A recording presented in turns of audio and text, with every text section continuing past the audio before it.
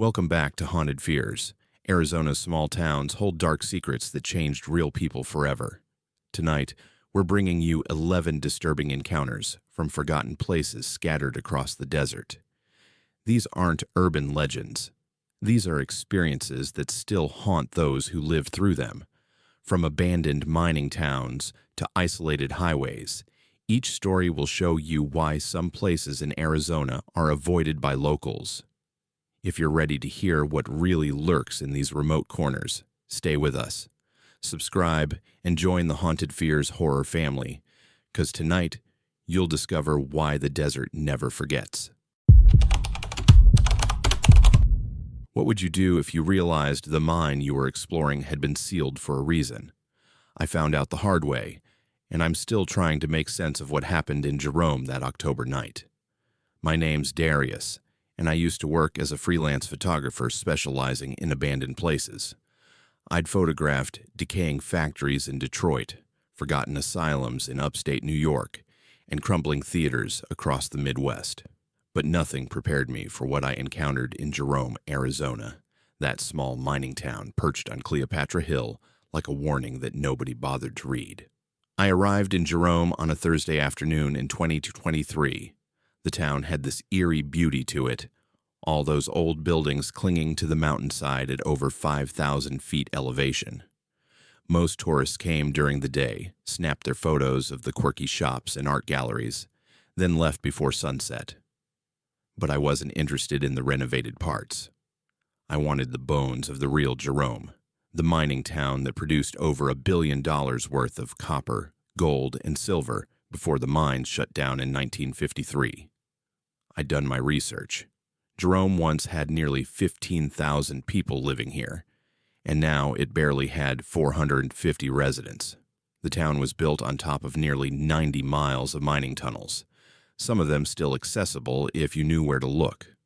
I'd made contact online with someone who called himself Roger, a local who claimed he could show me parts of the old mine system that tourists never saw. We agreed to meet at 9 p.m. near the old Powder Magazine building on the edge of town. The sun dropped fast behind the mountains, and the temperature went with it. By the time I parked my truck near our meeting spot, I could see my breath. The lights of the valley below twinkled like scattered diamonds. But up here in Jerome, most of the streetlights didn't work. The darkness felt heavy, pressing in from all sides. Roger showed up right on time, pulling up in a beat-up Ford that had seen better decades. He was in his 60s, weathered skin and hands that looked like they'd done manual labor their whole life. He didn't waste time on small talk.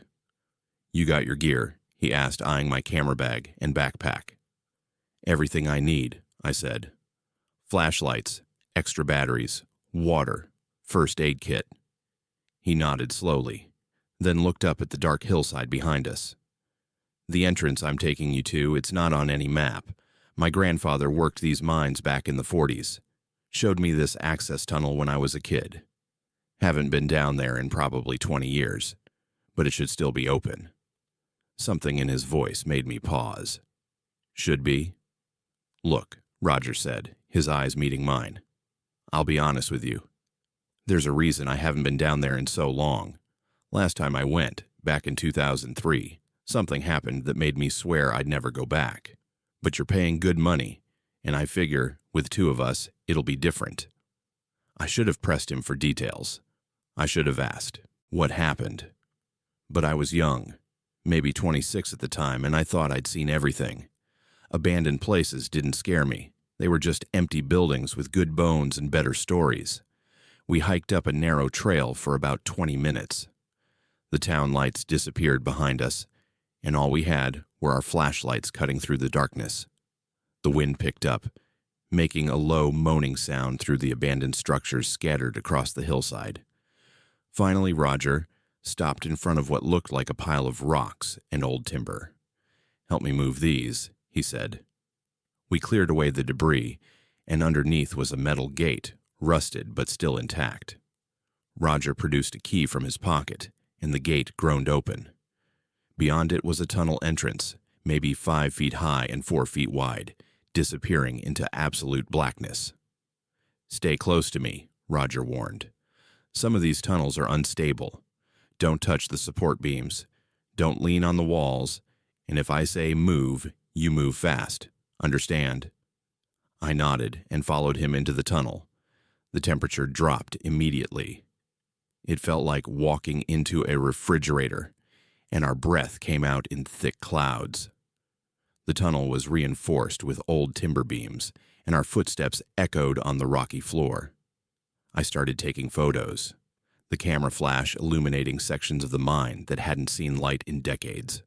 Old rusted equipment lined the walls, pickaxes and buckets, and lengths of cable. We went deeper, maybe a quarter-mile in, when the tunnel opened into a larger chamber. Roger stopped and swept his flashlight around. It was a junction point where multiple tunnels converged, and in the center was an old wooden table with 3 chairs, covered in decades of dust. "Miners used to take their lunch breaks here," Roger explained. "This was one of the main arteries of the mine. 5 different tunnels connect here. I was setting up for a long exposure shot when I heard it. A sound like metal scraping against stone coming from one of the tunnels to our left. Roger heard it too. His flashlight beam jerked toward the sound. "Probably just settling," he said, but his voice had gone tight. "These old mines shift all the time." We stood there in silence, listening. Nothing but the sound of water dripping somewhere in the darkness. Then I noticed something strange. On the table, in the thick dust, there were marks. Not footprints, but drag marks. Like something had been pulled across the surface recently. Recently enough that the dust hadn't fully settled back. "Roger," I said slowly, "when was the last time anyone was down here?" He moved closer to examine the table, and his face went pale in the flashlight beam. "That's what I wanted to tell you earlier. In 2003, when I came down here, I found something I can't explain. There was a chair right there." He pointed to one of the 3 chairs, and it was still warm, like someone had just been sitting in it. But there were no footprints. Leading away, no sign of anyone else down here. Just that warm chair. A cold feeling crept up my spine that had nothing to do with the temperature. "You're telling me this now?" "I didn't want to spook you," Roger said, "but looking at these marks on the table, I think maybe we should—" The scraping sound came again, louder this time, and definitely closer. It was coming from the tunnel directly behind us, the one we'd just come through. The tunnel that led back to the only exit. Roger's flashlight illuminated the tunnel entrance. For just a second, I thought I saw something move in the darkness beyond our light. Something that stood upright but moved wrong, jerking and unnatural. "Run," Roger whispered. Then louder, "Run." We bolted down one of the other tunnels, our flashlights bouncing wildly. I could hear Roger's heavy breathing and my own heartbeat pounding in my ears. Behind us, that scraping sound followed, steady and rhythmic, like metal dragging across stone. The tunnel we'd chosen sloped downward, and I realized we were going deeper into the mine, not toward an exit. But turning back wasn't an option. Whatever was behind us was getting closer. I could hear it now, not just the scraping, but something else. Breathing. Wet and labored like someone with damaged lungs. The tunnel ended abruptly at a vertical shaft. Roger's flashlight illuminated old wooden beams and a rusted ladder descending into darkness. The shaft was maybe 4 feet across, and I couldn't see the bottom. "There's supposed to be a connection tunnel about 20 feet down," Roger said, already starting down the ladder. "It'll take us to another exit. Come on." I didn't have a choice. The scraping sound was right behind us now, just around the last turn in the tunnel. I got on the ladder and started climbing down, trying not to think about how old the wood was, or whether the rusted rungs would hold. Roger was about 10 feet below me when his flashlight illuminated something that made us both freeze. Carved into the rock wall of the shaft, in letters that looked fresh despite being 20 feet underground, were the words, "Still here." Above us, at the top of the shaft, a shape appeared. In my flashlight beam, I caught a glimpse of something that my mind still struggles to process. It looked human, but the proportions were wrong. Too tall, arms too long, fingers that ended in points of metal. Its face was covered by some kind of old mining helmet, but underneath, where the mouth should be, I saw twisted metal and torn flesh. It reached for the ladder, and that's when Roger did something that probably saved both our lives. He pulled out a flare from his jacket, struck it, and threw it upward. The bright red light filled the shaft, and whatever that thing was recoiled, making a sound like grinding metal mixed with a human scream. "Go, go, go," Roger shouted. We descended as fast as we dared. The connection tunnel Roger mentioned was there, just where he said it would be. We crawled through on our hands and knees, my backpack scraping against the low ceiling. Behind us, that screaming continued, echoing through the shaft. The connection tunnel felt endless, but finally it opened into another chamber, this one with a rusted ladder leading up. We climbed, not caring about the age of the metal or the safety of the structure. We climbed until we emerged into the night air, coming out through a collapsed section of building on the far side of Jerome. We didn't stop running until we reached Roger's truck. He drove us back to my vehicle without saying a word. When we got there, he finally spoke.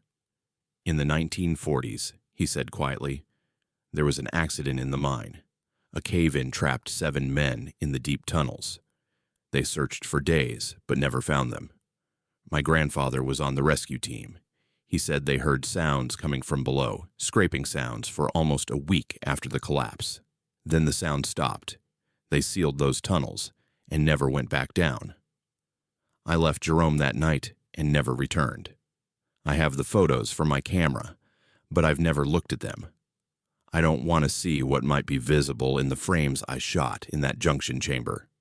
Sometimes I wonder if those miners are still down there, changed by something in those deep tunnels, trapped in a darkness that altered them into something that can't die but can't escape. The town of Jerome still clings to that mountainside, still draws its tourists, still sits on top of 90 miles of tunnels that run through the earth like veins in a body that never fully died. And somewhere down there, in the deepest parts that no map shows, something is still waiting in the darkness, still dragging metal across stone, still breathing with lungs that should have stopped working decades ago. I don't do abandoned place photography anymore. I found a different line of work, because I learned something in those mines that changed everything I thought I knew about empty spaces. They're not empty. Not really. Sometimes the things that get left behind in the dark don't leave. They adapt, they wait, and they remember everyone who comes down to visit them in their permanent night. Have you ever experienced something so strange that you question your own sanity? I spent 3 days in the Coconino National Forest, and I'm still not sure I can trust my own memory of what happened. My name is Estelle, and before that weekend in June 2024, I considered myself a rational person. I work as a data analyst for a tech company in Phoenix, dealing with numbers and facts all day. I don't believe in ghost stories or supernatural nonsense. Or at least, I didn't. But what happened on that camping trip changed something fundamental in how I see the world. I'd been planning this solo camping trip for months, after a brutal project deadline and a breakup that left me emotionally exhausted. I needed to disconnect from everything. No phone service, no internet, just me and the forest. I chose a spot near the Mogollon Rim, about 20 miles outside of Flagstaff, in an area known for its dense ponderosa pine forests and complete isolation. I arrived at the trailhead Friday afternoon, checked in with the ranger station, and hiked 3 miles to a dispersed camping area I'd marked on my map. The forest was beautiful in that early summer way, the pines so tall they seemed to touch the clouds, their needles carpeting the ground in a thick layer that muffled every sound.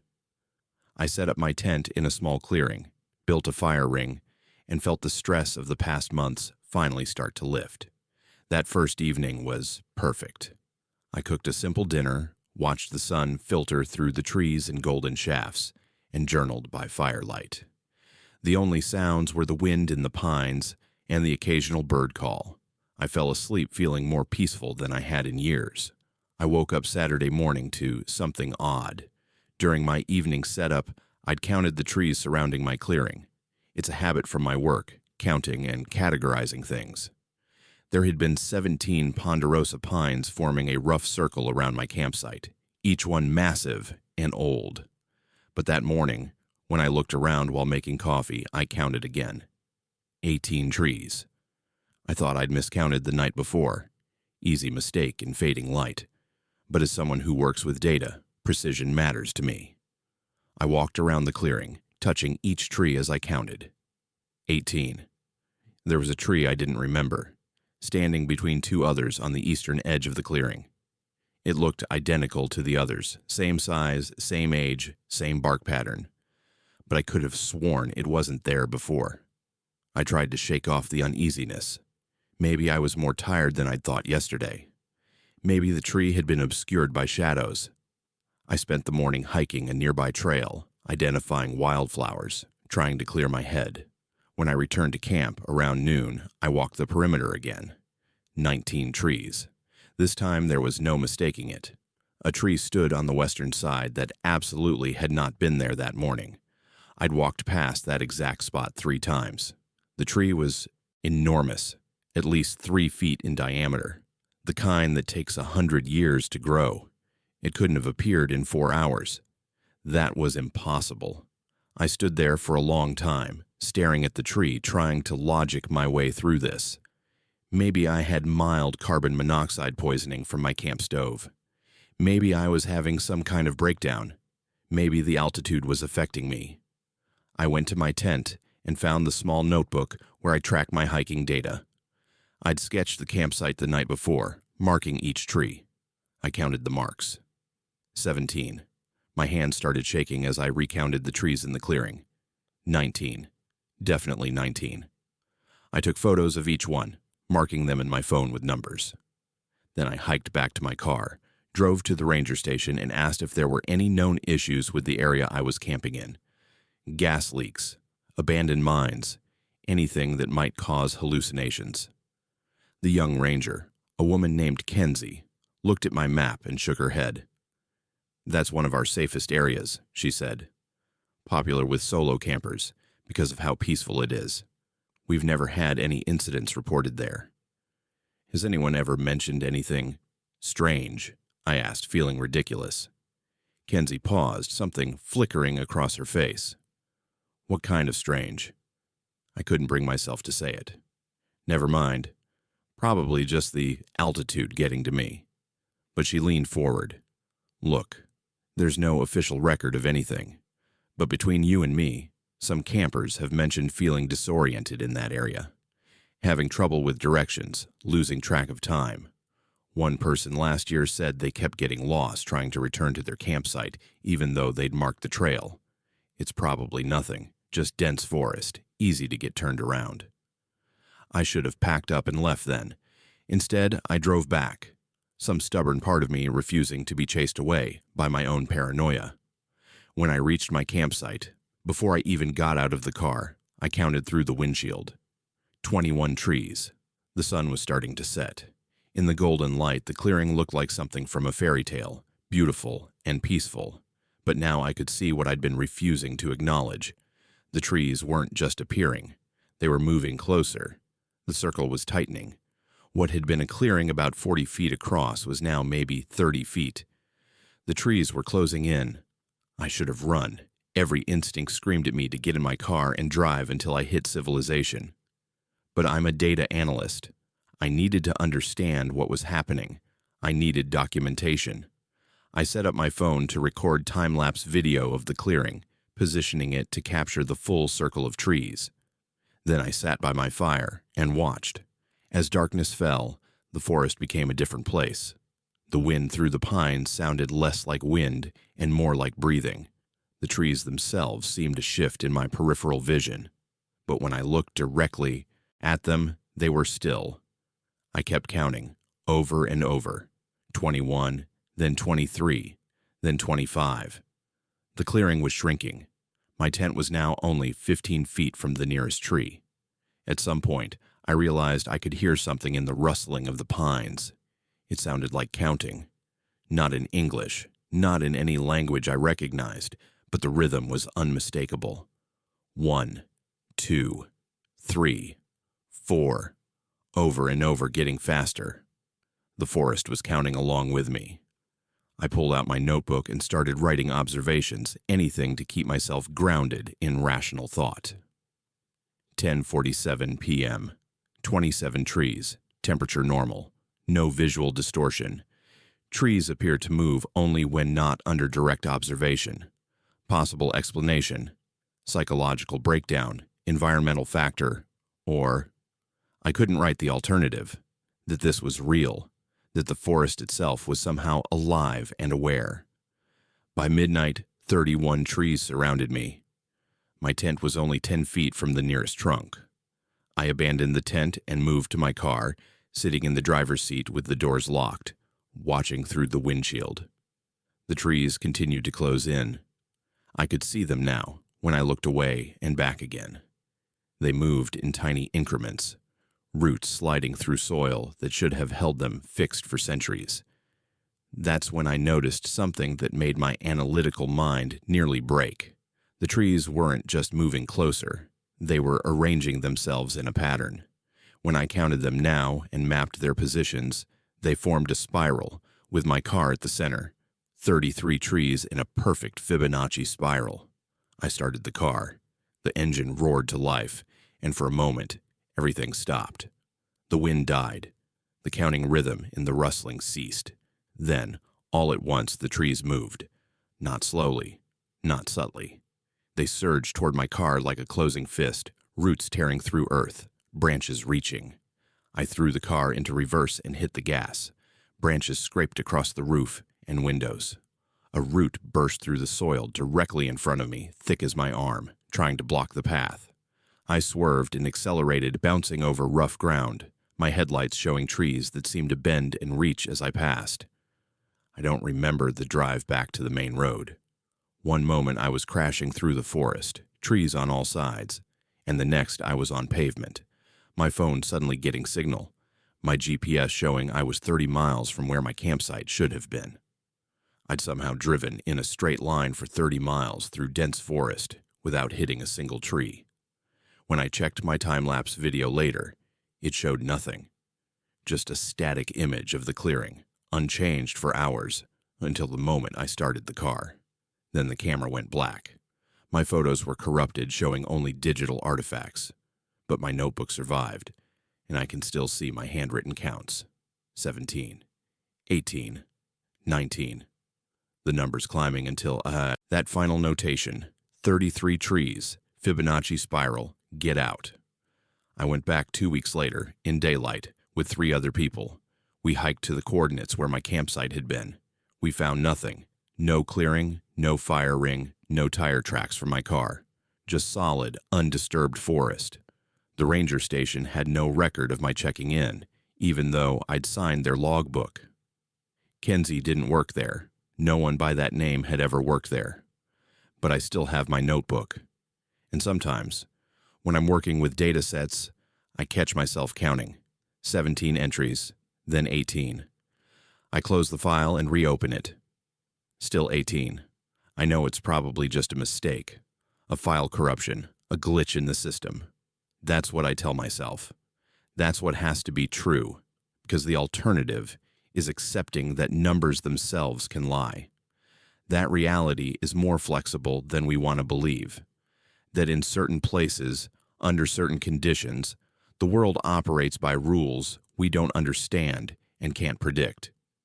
That somewhere in the Coconino National Forest, there's a clearing that isn't always there, and when it is, it counts the people who enter it. I'm still a data analyst. I still work with numbers every day, but now, sometimes, when the data doesn't make sense, when the numbers shift in ways they shouldn't, I don't just assume it's an error. Because I learned that there are places where mathematics breaks down, where counting becomes dangerous, and where the natural world follows algorithms we were never meant to understand. The forest is still counting, I'm sure of it. And somewhere in Arizona, in the tall pines near the Mogollon Rim, another clearing is forming. Another traveler will find it peaceful and perfect. They'll set up camp, and if they're the counting type, if they pay attention to details the way I do, they'll notice the trees. 17 at first, then 18, then 19. And by the time they realize what's happening, it'll be too late to run. The forest will have them surrounded, caught in a spiral they can't escape, unless they're very lucky or very fast. I was both. The next person might not be. Could you imagine picking up the same person 3 times in one night and not remembering any of it? That's what happened to me on a stretch of Route 66 outside Seligman, and I still don't know if I'm losing my mind or if something out there won't let me leave. My name is Jovi, and I've been driving long-haul trucks for 7 years. I've seen every highway in the lower 48, driven through every kind of weather, and I thought I'd experienced everything the road could throw at me. I was wrong. What happened on that August night in 2024 changed everything I thought I understood about the desert, about memory, and about what happens to people who disappear on lonely roads. I left Kingman around 8 p.m. hauling a load of electronics to Flagstaff. It was supposed to be a simple 3-hour drive, mostly on I-40, but my GPS routed me onto a stretch of old Route 66 to avoid construction. The historic highway runs parallel to the interstate, through some of the most desolate country in Arizona, winding through forgotten towns and endless desert that looks the same in every direction. The sun had just set when I made the turn onto Route 66. The sky was doing that thing it does in the desert, turning shades of purple and orange that don't seem natural, like someone had turned up the saturation on reality. The temperature was still over 100 degrees, and even with my AC cranking, I could feel the heat radiating off the asphalt. About 20 miles out from Seligman, I saw her. A woman standing on the side of the road, thumb out, wearing a sundress that seemed too light for any season. Even in August, the desert gets cold at night. I don't usually pick up hitchhikers, especially not when I'm hauling expensive cargo, but something about her made me slow down. Maybe it was the way she stood so still, or the fact that there wasn't another car in sight for miles. Out here, if you break down, you could die before help arrives. I pulled over, and she walked to the passenger side. Up close, she looked to be in her 30s, with long dark hair and a face that seemed familiar, though I couldn't place where I might have seen her before. She smiled when I opened the door. "Thank you for stopping," she said, climbing in. "Not many people do anymore on this stretch." "Where you headed?" I asked, pulling back onto the road. "Flagstaff," she said. "Just like you." I didn't remember mentioning where I was going, but truckers are easy to read. The route, the direction, it all points somewhere obvious. "What were you doing all the way out here?" I asked. She looked out the window at the darkening desert. "My car broke down about a mile back. I've been walking for a while. The heat, you know, it does things to your head. Makes you see things that aren't there, forget things that are." We drove in silence for a few minutes. The road stretched ahead, perfectly straight, disappearing into darkness. My headlights caught the occasional desert plant, the eyes of some animal watching from the shoulder, but otherwise, it was just empty road and empty sky. "Have you driven this route before?" she asked. "Once or twice," I said. "Usually stick to the interstate. This old highway feels strange at night. Too quiet." "It wasn't always quiet," she said. "Back when Route 66 was the main road west, thousands of people drove through here every day. Families moving to California, looking for work, for new lives. A lot of them never made it. The desert took them. Heat, accidents just disappeared. Some people say you can still see them out here, walking along the road, still trying to reach wherever they were going." I glanced at her. "You believe in that? Ghosts on the highway?" She smiled, but it didn't reach her eyes. "I believe the desert remembers. Every person who died out here, every dream that ended on this road, it all soaks into the ground. And on certain nights, when conditions are right, it all comes back. Replays like a recording." The way she said it made my skin prickle despite the heat. "That's a cheerful thought. You asked, she said. Then, pointing ahead, you can drop me at the next town. Seligman, I know someone there. I nodded, focusing on the road.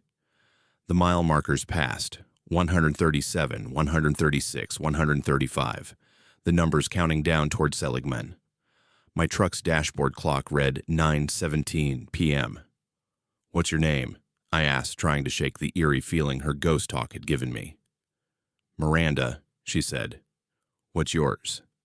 Jovi. That's pretty. Unusual. We fell back into silence. I turned on the radio, but all I got was static. No stations out here, too far from anywhere. Just the hum of the engine and the whisper of wind outside. Then Miranda said something that made my blood run cold. Have you driven this route before? I looked at her sharply.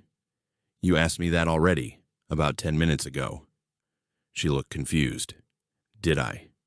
Sorry. The heat, like I said, makes you forget things. I didn't respond.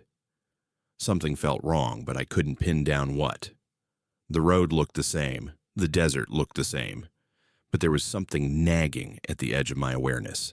Mile marker 137 passed on my right. I blinked. We just passed 135. How are we back at 137? I looked at the clock. 9:17 p.m., the same time as before. This is weird, I muttered. What is? Miranda asked. Nothing.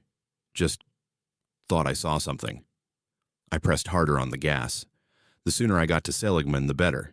Maybe I was more tired than I thought. Maybe I needed to stop, get some coffee, clear my head. Thank you for stopping, Miranda said. Not many people do anymore on this stretch. My hands tightened on the steering wheel. Those were the exact words she'd used when she got in the truck. The exact same words. Miranda, I said slowly, have we had this conversation before? She looked at me with those empty eyes. I don't know what you mean. You said that before, those exact words. Thank you for stopping. Not many people do anymore. Well, it's true, she said. Is there a problem? I didn't answer. I was watching the mile markers now. 137, 136, 135, the numbers counting down just like before. The clock on my dashboard still read 9:17 p.m. Where are you headed? I heard myself ask. Flagstaff, she said. Just like you. No, this was wrong. This had happened already. We'd had this exact conversation, but I couldn't remember finishing it. Couldn't remember passing Seligman. Couldn't remember dropping her off. The last thing I remembered clearly was mile marker 135, and then I was back at 137 again. What's happening? I whispered. Miranda smiled. The desert remembers. I told you that. Every person who died out here, every dream that ended on this road, it all replays. Am I couldn't finish the sentence. Are you? I died here, Miranda said simply. August 15th, 1987. Car broke down on this stretch. I started walking toward Seligman. It was 112 degrees. I didn't make it. They found my body 3 days later, about a mile from where you picked me up. She pointed at the approaching mile marker. Right there, mile marker 137. I looked at the marker as we passed it. Someone had left flowers there, dried and dead from the heat. A small memorial cross. And a name, Miranda Castellanos, 1954-1987. But if you died, I said, my voice shaking, then why am I? You pick me up, Miranda said. Right there, 3 times now, and you'll pick me up again, because that's what happens here. The loop continues. The desert remembers, and it makes you remember too, over and over. I can break it, I said, pressing the gas pedal down. The speedometer climbed. 70, 80, 90. I'll just drive through. I won't stop. I won't. Mile marker, 137, 9:17 p.m. There was a woman standing on the side of the road, thumb out, wearing a sundress that seemed too light for any season. Without meaning to, without wanting to, I slowed down. My foot moved to the brake as if controlled by something else. As if I'd always stopped here. As if I would always stop here. No, I said out loud, fighting it. No, I'm not stopping. I'm not. But I was already pulling over, already watching her walk to the passenger side, already reaching to open the door. Thank you for stopping, she said, climbing in. Not many people do anymore, on this stretch. Where you headed? The words came out of my mouth automatically. Flagstaff, just like you.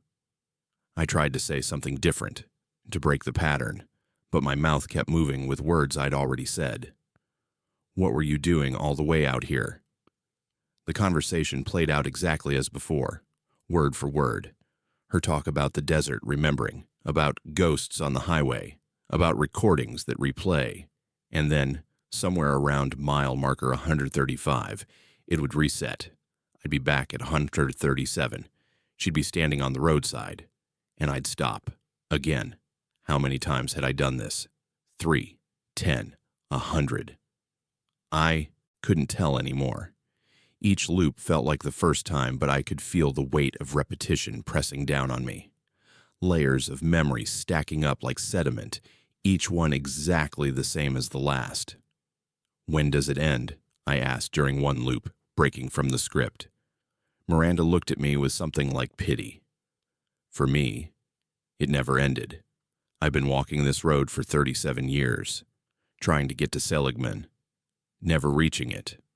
Always back at mile marker 137, always so thirsty, always so hot. But I'm alive, I said. I wasn't in an accident. I didn't die, I just picked you up.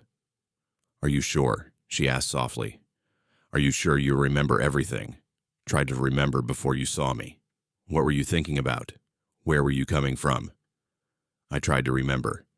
I'd left. Kingman? Yes, Kingman. At 8 p.m., hauling electronics. But before that, I couldn't quite grab hold of it. It felt slippery, like trying to hold water. The heat, Miranda said, it does things to your head, makes you see things that aren't there, forget things that are. Stop saying that, I shouted. Mile marker 137, 9:17 p.m. A woman standing on the roadside. I tried different things in different loops. I tried not stopping, but my body stopped anyway.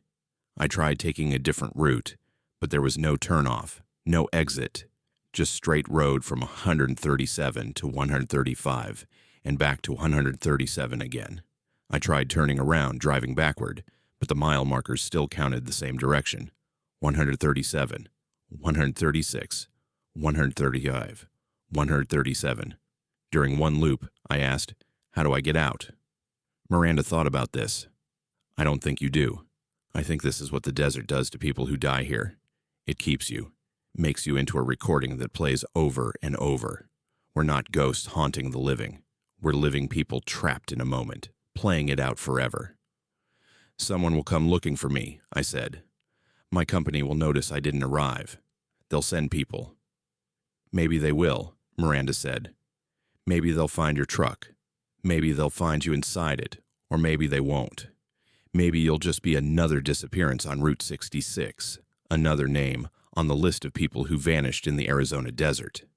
And maybe someday, someone else will pick you up while you're standing on the roadside, and you'll tell them about how the desert remembers. Mile marker 137, 9:17 p.m. I don't know how many loops it's been now. Hundreds, thousands. Time doesn't pass the normal way here. Each loop is identical, but I can feel myself changing. My memories of before are fading. Soon, I think, I won't remember that this is a loop. I'll just be living it, over and over, thinking each time is the first time. Maybe that's mercy. Maybe that's horror. I can't tell the difference anymore. The truck still runs. The engine never needs gas. The clock never changes from 9:17 p.m. The mile markers count down from 137 to 135, and then reset. Miranda gets in, tells me about the desert remembering, and then we're back at the start. Sometimes I try to fight it. Sometimes I just drive and let it happen. It doesn't matter. The result is always the same. If you're ever driving Route 66 through Arizona, between Kingman and Seligman, pay attention to the mile markers. If you pass 135 and then suddenly you're back at 137, Don't stop. Don't slow down. Don't pick up anyone standing on the roadside. No matter how desperate they look, no matter how hot it is, no matter how much you want to help, because the desert remembers everyone who died here, and it's always looking for company. It's always looking for someone new to add to its collection of loops and replays and recordings that never end. And if you see a big rig pulled over at mile marker 137, with a woman in a sundress getting into the passenger side, don't stop to help. Just keep driving. Because we're not really there. We're just a memory the desert is playing back over and over, forever stuck in the same 3 miles of highway, the same 3 minutes of time, the same conversation that never ends and never changes. Mile marker 137, 9:17 p.m. There's a woman standing on the side of the road, thumb out, wearing a sundress that seems too light for any season. And I'm slowing down. Always slowing down. Because this is what I do now. This is what I'll always do. The desert has me, and the desert never lets go. It just remembers and replays and waits for the next person to add to its collection of ghosts who don't know they're ghosts, driving roads that go nowhere, forever. Thank you for stopping. Not many people do anymore on this stretch. What happens when you realize the people in your photos aren't the ones you remember taking pictures of? I learned the answer in a ghost town called Swansea, and I wish I hadn't.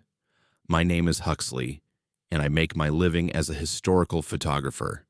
I specialize in documenting abandoned places before they disappear completely, selling prints to collectors and publications that appreciate the beauty and decay. I photographed hundreds of ghost towns across the American West, but Swansea, Arizona, was different from the moment I arrived. Swansea sits in the middle of nowhere, about 40 miles west of Parker in La Paz County. It's one of the most remote ghost towns in Arizona, accessible only by a rough dirt road that tears up your vehicle and tests your commitment. The town died in the 1940s when the mining stopped, and unlike some ghost towns that have been preserved or turned into tourist attractions, Swansea has been left to rot in the desert sun. I drove out there in March 2024, my SUV loaded with camera equipment and enough water and supplies for 3 days. I'd researched the town extensively. At its peak in the early 1900s, Swansea had over 500 residents, a smelter that processed copper ore, and all the infrastructure of a proper town. Now it was just shells of buildings, rusted machinery, and silence. The remoteness appealed to me. No other tourists, no distractions, just me and my camera capturing history before the desert swallowed it completely. The Bureau of Land Management maintains the site minimally, but you're on your own out there. No cell service, no facilities, nothing but the ghosts of what used to be. I arrived around noon when the sun was at its harshest. The temperature was already pushing 90 degrees, and it was only March. The buildings of Swansea rose from the desert like broken teeth, adobe walls slowly melting back into the earth, wooden structures bleached white by decades of sun. I parked near what used to be the main street and started unpacking my gear. The first day went perfectly. I photographed the old smelter, the collapsed general store, the scattered remains of houses where families once lived. I shot in black and white, preferring the way it captured the textures of decay. Old wood grain, crumbling adobe, rusted metal, all of it told a story about time and abandonment. As the sun started to set, I set up my tent near one of the more intact buildings, a 2-story structure that must have been a boarding house or hotel. I made dinner, reviewed my photos on my camera's screen, and felt satisfied with the day's work. The images were haunting and beautiful, exactly what my clients wanted. That's when I noticed something odd. In several of the photos, there were figures, not clear ones, just shadows in doorways, shapes in windows. I knew they were probably just tricks of light and shadow, maybe dust on my lens creating artifacts. But they were consistent, appearing in multiple shots, from different angles and different times of day. I told myself it was nothing, Ghost towns always created these kinds of visual anomalies. The combination of bright desert sun, dark interior spaces, and old structures made for all kinds of interesting photographic effects. I'd seen it before in other abandoned places. The second day, I decided to focus on interiors. I wanted shots of the empty rooms, the peeling wallpaper, the broken furniture that had been left behind when people evacuated. The boarding house I'd camped near was perfect for this. The door hung loose on one hinge, and I pushed it open carefully, mindful of structural safety. Inside, the building was in better shape than I expected. The wooden floors were still solid, and the staircase to the second floor looked usable. Debris covered everything, decades of windblown sand and animal nests, but the bones of the building remained strong. I started on the ground floor, photographing each room methodically. In what must have been the common room, I found furniture still in place. A table, several chairs, even a mirror on the wall, its silvering mostly gone but still reflective. I set up my tripod and composed a shot of the mirror reflecting the empty room.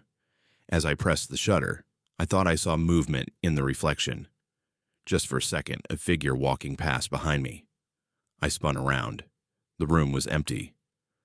Of course it was empty. I was alone in a ghost town 40 miles from the nearest living person. But my heart was pounding. I checked my camera's screen. The photo showed the mirror reflecting the room, and in that reflection, clear as day, there was a man standing in the doorway. A man in old-fashioned mining clothes watching me. My hands started shaking as I scrolled through the other photos I'd taken that day. More figures. In every interior shot, there were people. Not shadows this time, but distinct human forms. Men in work clothes, women in long dresses, even children.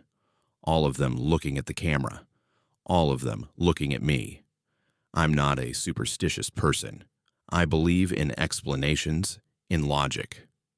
But I couldn't logic my way out of this. These weren't light artifacts or dust. These were people. People who shouldn't be there. People who couldn't be there. I should have left. I should have packed up my equipment and driven back to civilization. But I'm also a professional, and these photos, however they were created, were extraordinary. I decided to push on, to document whatever was happening. Maybe there was a scientific explanation. Maybe it was some kind of residual energy, some way that the past was bleeding into the present through my camera lens. I went upstairs. The second floor had been divided into small rooms, probably individual sleeping quarters for miners. Most were empty, but one at the end of the hall still had a bed frame and a dresser. I set up for a shot, adjusting my settings to capture the way afternoon light fell through the broken window. As I looked through my viewfinder, I saw them. Not in the camera, but with my own eyes. The room wasn't empty anymore. A woman sat on the bed, her back to me, brushing her hair with long, slow strokes. She wore a dress that might have been fashionable 100 years ago. I could see her so clearly that I noticed the pattern in the fabric, the way her hair fell down her back. I couldn't move, couldn't breathe. She continued brushing her hair, completely unaware of me, or simply not caring. Then, without turning around, she spoke.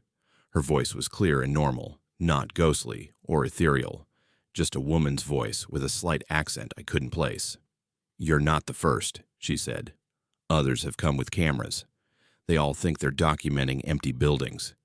They don't understand what this place really is." I found my voice. "What is it?" She set down her brush and stood, still not turning to face me. "A mistake. We made a mistake, all of us. We came here looking for copper, for wealth, for a future. The mine gave us copper, but it took something else. Something we didn't realize we were giving up until it was too late to leave." "I don't understand," I whispered. Now she turned, and I wished she hadn't. Her face was there, and not there at the same time, shifting between solid and transparent, between present and absent. "The mine went deep, deeper than it should have. We found copper, yes, but we also found something older, something that had been sleeping under the desert. When we woke it up, it claimed us, all of us. everyone in Swansea.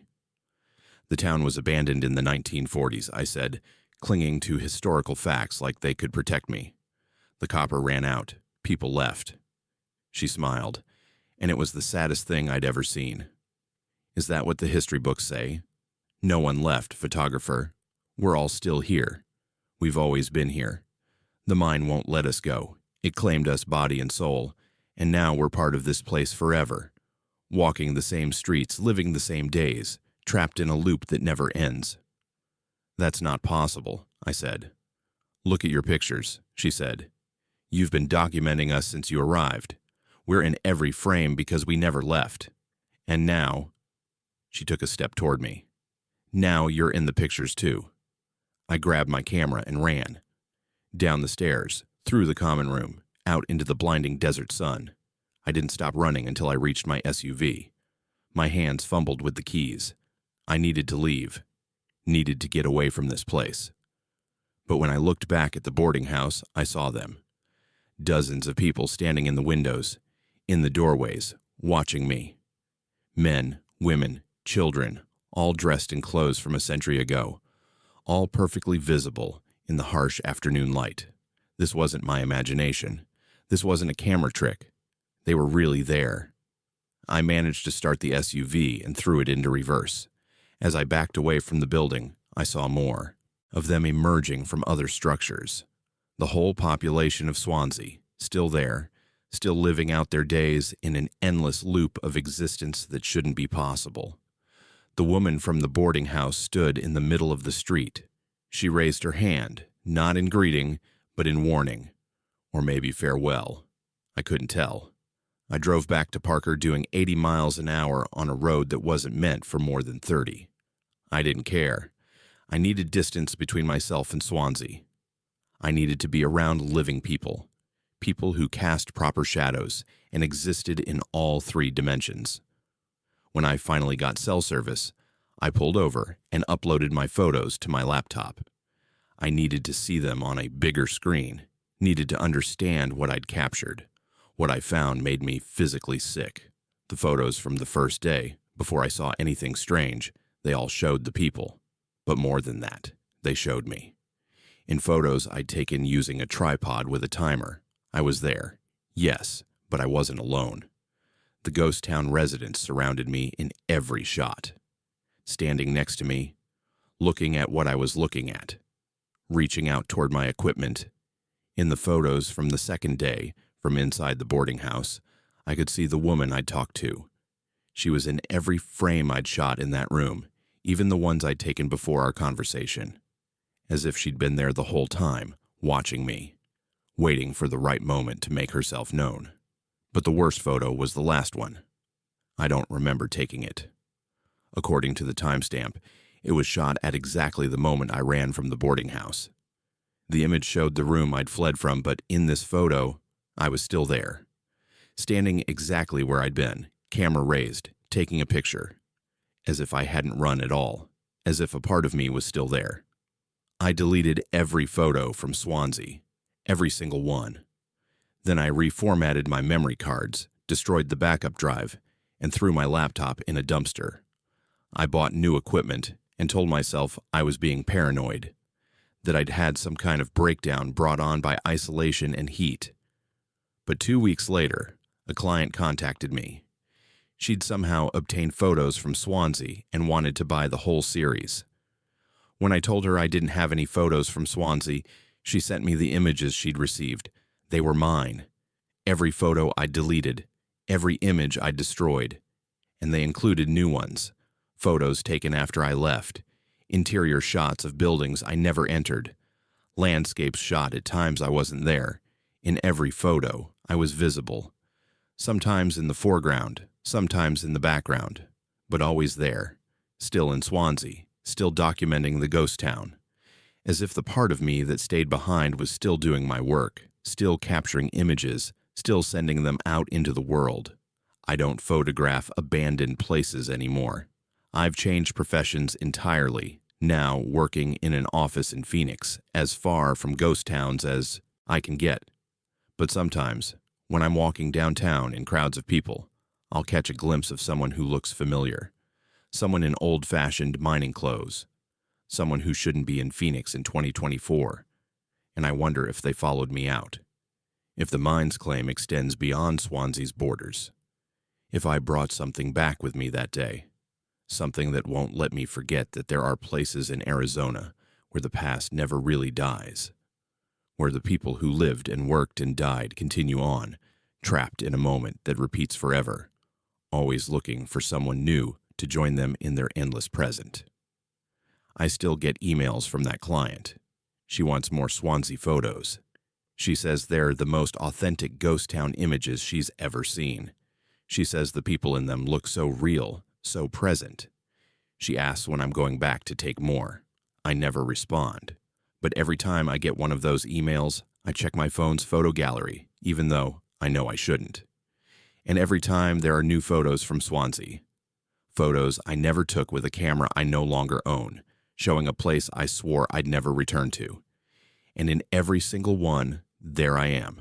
Still working, still documenting, still trapped in that ghost town 40 miles from nowhere, walking the same streets, photographing the same buildings, living the same day over and over. The desert remembers everyone who enters it, and sometimes it decides you're not allowed to. They say you can't escape your past, but I never thought mine would check into room 7 at a roadside motel in the middle of nowhere. I was wrong about a lot of things that night. My name is Benicio, and I've been running the Desert Rose Motel outside of Ajo, Arizona for 3 years now. It's not glamorous work. The motel sits on a stretch of Highway 85 that most people use as a shortcut to the Mexican border, and we get maybe 2 or 3 guests a week, mostly truckers or lost tourists. The building itself dates back to the 1950s, all pink stucco and neon signs that haven't worked in decades.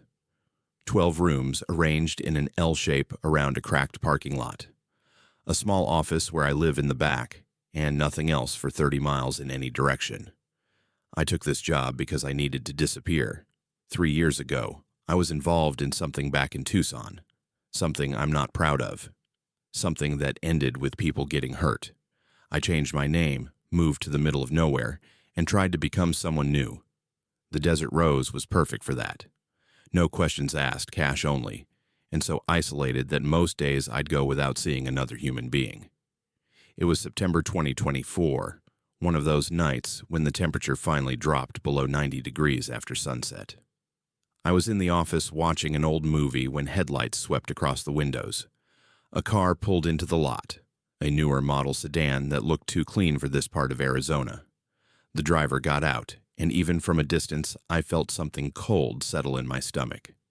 He looked exactly like someone I used to know, someone who shouldn't be here, someone who was dead. I told myself I was seeing things. The dim light, the exhaustion, the isolation playing tricks on my mind. He walked into the office, and up close, the resemblance was even stronger. Same height, same build, same way of moving. But it couldn't be him. Alberto had died in Tucson 3 years ago. I'd been there. I'd seen it happen. "Need a room for the night," he said. His voice was wrong, too neutral, lacking any accent or regional marker. Like he was reading from a script. "We have vacancies," I managed to say. $60, cash only. He pulled out 3 crisp $20 bills and set them on the counter. "Room 7, if it's available. Room 7. The room farthest from the office, at the end of the L, the room that had been Alberto's favorite when he used to visit me at my old apartment. Room 7 on the 7th floor. He'd always been superstitious about numbers. "Any room is fine," I said, reaching for a different key. "Room 7, he repeated, and this time there was something in his voice that made it clear this wasn't a request. I gave him the key. He didn't sign the register, didn't ask about Wi-Fi or breakfast, or any of the normal questions guests ask. He just took the key and walked out, his footsteps echoing across the parking lot. I watched through the window as he unlocked room 7 and went inside. The lights came on, and I could see his silhouette moving past the curtains. Everything about this felt wrong, but I couldn't articulate why. So what if he looked like Alberto? Lots of people look like other people. So what if he wanted room 7? It was just a coincidence, but I couldn't shake the feeling, so I did what I hadn't done in 3 years. I pulled out my old phone, the one I'd kept hidden in a drawer, and searched for Alberto's name. The obituary was still there. Alberto Vasquez, 28, died in a car accident in Tucson, Arizona 3 years ago, survived by his mother and 2 sisters. Services held at Sacred Heart Catholic Church. Except that wasn't the whole truth. Alberto hadn't died in a car accident. He died because of what we'd been involved in, because of choices we'd both made, because I'd made a decision that saved my life and ended his. I'd never told anyone the real story. I'd attended his funeral, accepted his family's condolences, and then disappeared into the desert with my guilt. Around midnight, I heard the door to room 7 open. I looked out and saw him standing in the doorway, lit from behind by the room's light. He was just standing there, facing my office. Not moving, not doing anything, just standing and watching. I locked the office door and turned off the lights, watching from the darkness. He stood there for maybe 10 minutes, then went back inside and closed the door. The light stayed on. At 1 a.m., there was a knock on my office door. 3 slow, deliberate knocks. I didn't move, didn't breathe. Another 3 knocks. Then silence. "Benicio," a voice said through the door. Alberto's voice. Not similar to it, not close to it, but exactly his voice, with his accent, his inflection, the slight lisp he'd had since childhood. "I know you're in there. We need to talk about what happened." "You're not real," I whispered to the darkness. "Room 7, Benicio. You remember room 7, 7th floor, 7th room from the elevator. That's where I was when you called me. That's where I was when I left to meet you. That's the last place I was before everything ended." I had called him that night. I told him to meet me, told him it was urgent, told him to come alone. I'd set him up, even if I hadn't known it at the time. I'd thought I was helping us both get out. Instead, I'd led him to his death. "What do you want?" I asked. "To understand," the voice said. "You disappeared after the funeral, changed your name, moved out here to the desert. But I never left, Benicio. I've been looking for you, checking every roadside motel, every truck stop, every forgotten place where someone might run to hide. 3 years it took me to find you. 3 years of looking. You're dead. I saw you die. Did you?" The voice was calm, almost curious. "Or did you just see the aftermath? Did you stay or did you run?" "I don't remember dying, Benicio.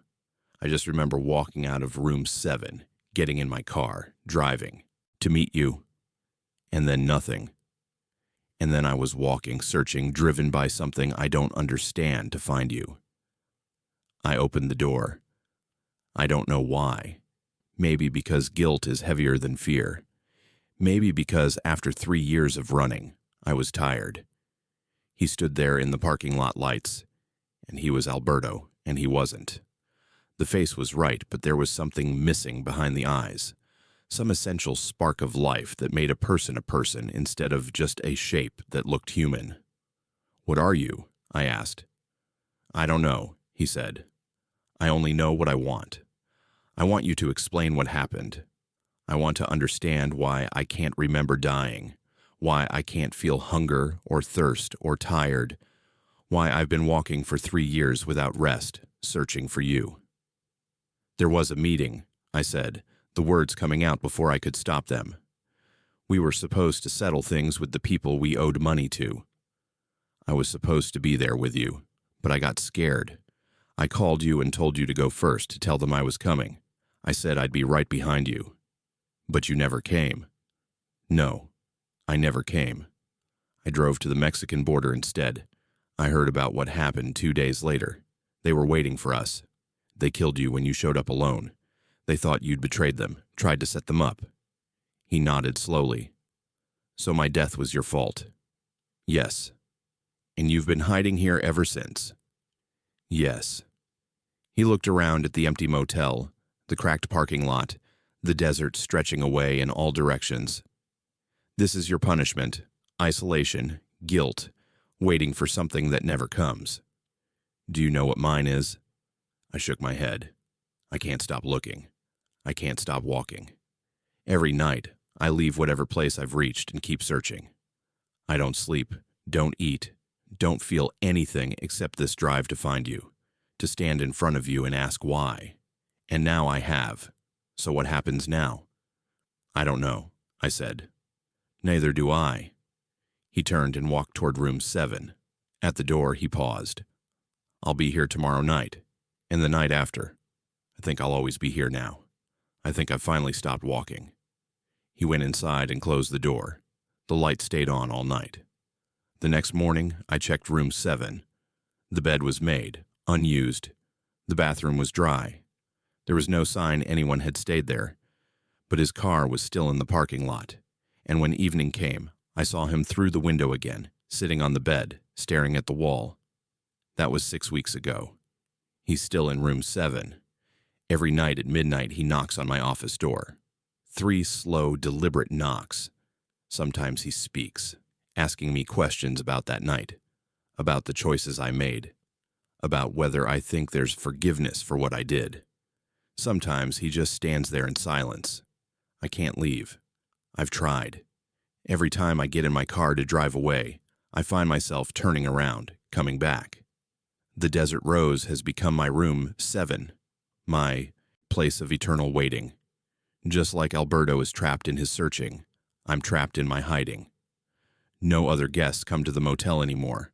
I don't know if they're avoiding it, or if we've somehow slipped out of the normal world, become a place that exists between life and death, guilt and punishment.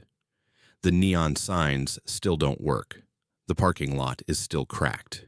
And every night, the light in room 7 stays on, and I wait for the knock that always comes. They say the desert is good at keeping secrets, but it's even better at preserving them. What happened in Tucson 3 years ago, what I did and didn't do, it's all here now, made permanent in this forgotten motel on a road that goes nowhere. Alberto and I are frozen in this moment, reenacting our roles forever. He, the searcher who finally found what he was looking for. Me, the coward who ran and discovered that some things follow you no matter how far you go. The Desert Rose Motel is still here, off Highway 85 outside Ajo. Room 7's light is always on. If you drive past late at night, you might see a man standing in the doorway, watching the office. And if you're unlucky enough to stop, to need a place to rest, just remember, some rooms come with ghosts, and some ghosts never check out. I never believed in curses until I moved to Prescott Valley and learned why half the houses on Whispering Pines Road stay empty no matter how low the rent gets. Now I know some places choose their residents, and once chosen, you can't leave. My name is Mackenzie, and I'm an elementary school teacher.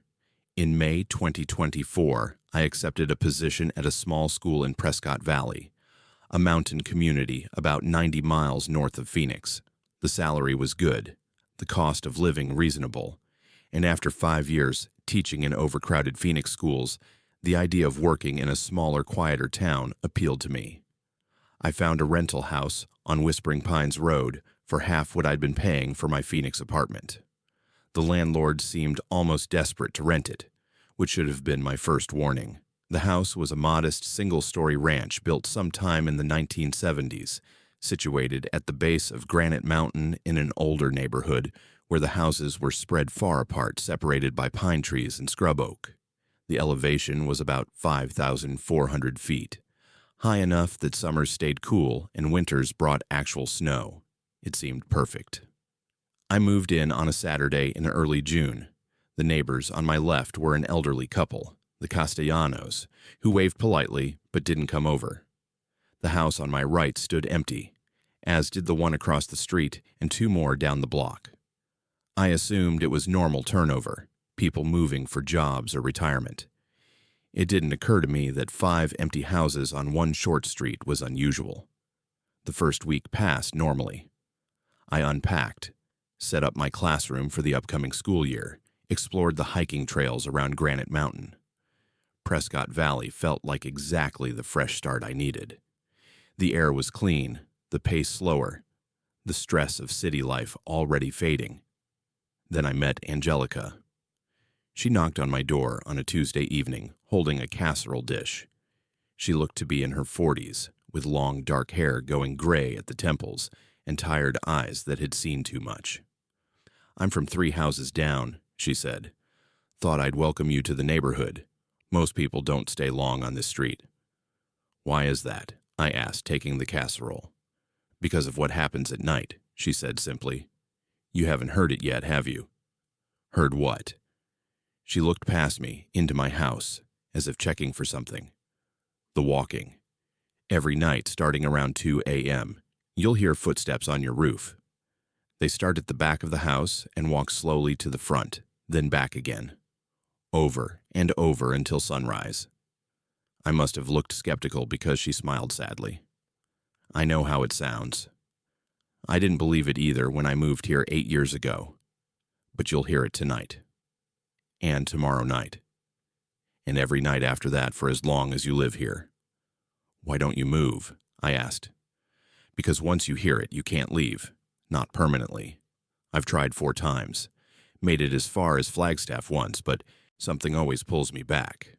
A feeling I can't describe, like forgetting something crucial, like leaving part of yourself behind. I'd turn around and drive back, not even fully understanding why. This street owns us now." She left before I could ask more questions. I put the casserole in the fridge and tried to dismiss what she'd said as the ramblings of someone who'd lived in isolation too long. Mountain communities attracted eccentric people. That's all this was. But at 2:07 a.m., I woke to the sound of footsteps on my roof.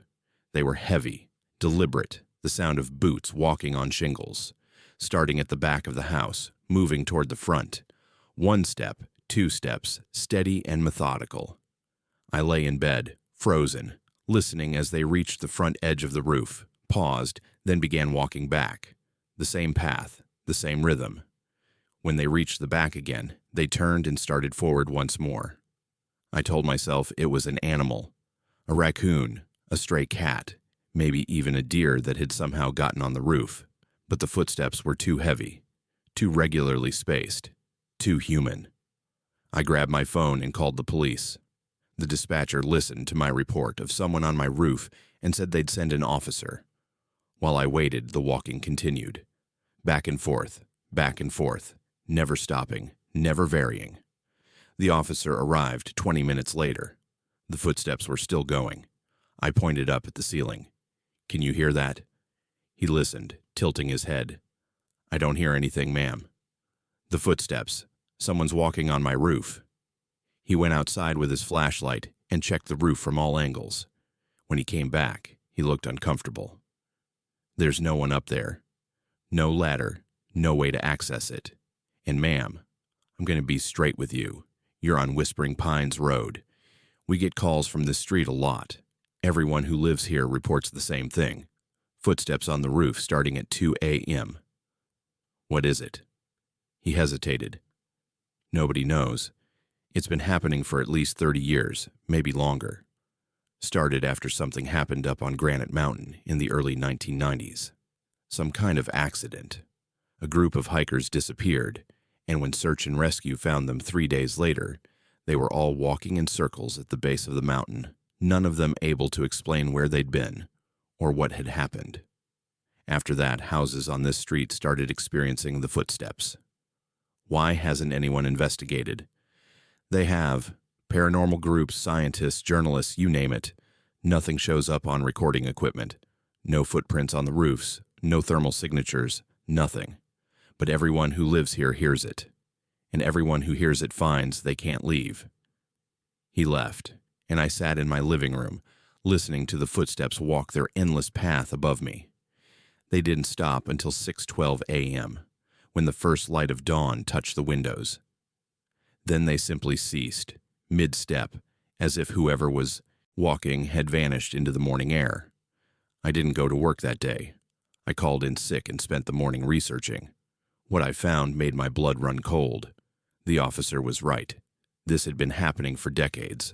Online forums were full of posts from former Whispering Pines Road residents, all reporting the same experience. Footsteps starting at 2 a.m., the inability to permanently leave once you'd heard them. Some had managed to move away initially, but within weeks or months, they'd found excuses to return. Job opportunities that fell through elsewhere, family emergencies, an overwhelming compulsion to come back. I drove to Angelica's house. She was in her garden, pulling weeds, and didn't look surprised to see me. "You heard it," she said. It wasn't a question. "Why didn't you warn me not to rent here? Would you have believed me? Would you have turned down a teaching job and a good house because a stranger told you about footsteps on roofs?" She stood, brushing dirt from her knees. I tried to warn the last person who moved in. They thought I was crazy. Rented anyway. Left after 3 nights. But they came back 2 weeks later. They always come back. "What happened on the mountain?" I asked. "Come inside. I'll tell you what I know."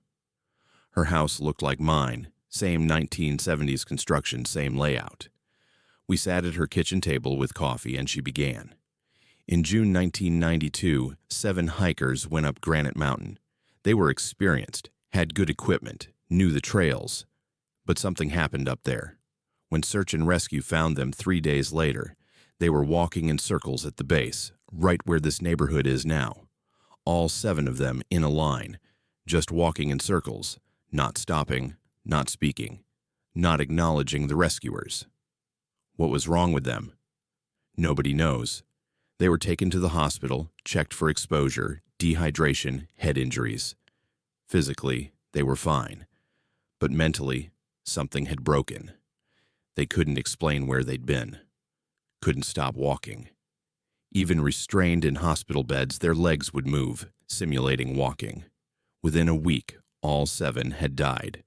Not from any injury or illness the doctors could identify. They just stopped. As if whatever had kept them alive while walking was gone once they couldn't walk anymore. And after that, the footsteps started. Within a month. Every house on this street, footsteps on the roof starting at 2 a.m. Always the same pattern, back to front, front to back. Always 7 sets of footsteps, though you only hear 1 at a time unless you really focus. Then you can tell there are multiple walkers, all in sync, all walking the same path. I felt sick. Why this street specifically? Because it's built where they were found. The developer put in this neighborhood in 1988, before the incident. But after those hikers died, people realized this street sits exactly on the path they were walking. We're living in their circuit, and somehow, some part of them is still walking it. I tried to leave. I really did. That afternoon, I called my landlord and said I was breaking the lease. I packed my essentials and drove back toward Phoenix. But by the time I reached Black Canyon City, about 40 miles south, the feeling started. A wrongness I couldn't name. A sense that I'd forgotten something critical. The feeling grew stronger with every mile until I couldn't ignore it anymore. I turned around. I made it to Flagstaff once, about 40 miles north. Same thing. The compulsion to return was overwhelming. I've talked to others on this street. There are 12 of us living here now, and we've all experienced it. The farthest anyone has managed is about 60 miles before the pull becomes unbearable. The footsteps come every night. I've learned to sleep through them mostly, though sometimes I wake and listen, trying to count the separate sets of steps. 7 walkers, Angelica says, though I can never quite distinguish them all. They walk their circuit from 2 a.m. until dawn, and we below live our lives in their shadow. I still teach at the school. I still hike Granite Mountain, though never the trail those 7 hikers took. I've made friends with my fellow prisoners, because that's what we are, really. We've tried everything. Sage burning, blessing ceremonies, paranormal investigators, even a priest who attempted an exorcism. Nothing stops the walking. Nothing breaks the bond that ties us to this place. The houses that stood empty when I moved in are still empty. Sometimes new people rent them, drawn by the low prices and mountain views. They hear the footsteps. Some leave immediately. Others, like me, don't leave fast enough and find themselves unable to go. The neighborhood slowly grows. accumulating the trapped. Last week, a new family moved into the house across the street. Young couple, 2 kids. I saw them unloading their moving truck and wanted to warn them, but what could I say? What warning would they believe? So I baked them cookies instead and waited for them to discover the truth on their own. They heard the footsteps their first night. I saw their lights come on at 2:15 a.m., saw them outside with flashlights pointed at their roof. By morning, they understood. The father came to my door this morning. "How do we leave?" he asked. I told him the truth. "You don't. None of us do. This is home now. The mountain chose us just like it chose those 7 hikers. And what the mountain claims, it keeps. Tonight, like every night, I'll hear the footsteps at 2 a.m. I'll lie in bed and listen to 7 dead hikers walking their eternal circuit above my head, trapped in a moment they can't escape, binding all of us below to their endless journey. Prescott Valley is beautiful in the daytime, peaceful and quiet. But at night, on Whispering Pines Road, we live under the weight of something that won't die and won't let go. If you're ever looking for a place to live in northern Arizona, and you see a listing for Whispering Pines Road with rent that seems too good to be true, keep driving. Some bargains cost more than money. They cost your freedom, your future, everything you thought you could control about your life. The mountain doesn't care about your plans. It only cares about keeping its circle complete. Its walkers accompanied by those of us who hear them and can't leave. The footsteps will start in 4 hours. They always do. And I'll be here to hear them, just like I will be tomorrow night and the night after, and every night for the rest of my life. Because this is what Whispering Pines Road does. It collects us one by one until the whole street is full of people who can't leave, all of us living under the sound of 7 pairs of boots walking back and forth on our roofs forever. There's a reason the town of Agua Prieta on the Arizona-Mexico border has a curfew that nobody talks about, but everyone follows. I learned it the hard way when I took a job at the customs station and stayed after dark. My name is Valentine, and I used to be a Customs and Border Protection officer. In July 2024, I transferred to a small checkpoint outside Douglas, Arizona, right on the Mexican border. The pay was good, the work straightforward, and after years at the busy San Ysidro crossing in California, I wanted something quieter. What I got was something I'm still trying to understand. The checkpoint sat on Highway 80, about 3 miles north of the actual border. It was a simple operation, 2 inspection lanes, a small building with offices and holding cells, and a staff of maybe 15 people spread across 3 shifts. The day shift was busy, with commercial trucks and tourists. The evening shift saw mostly locals heading home from work in Mexico. But the night shift, midnight to 8 a.m., that's when things got strange.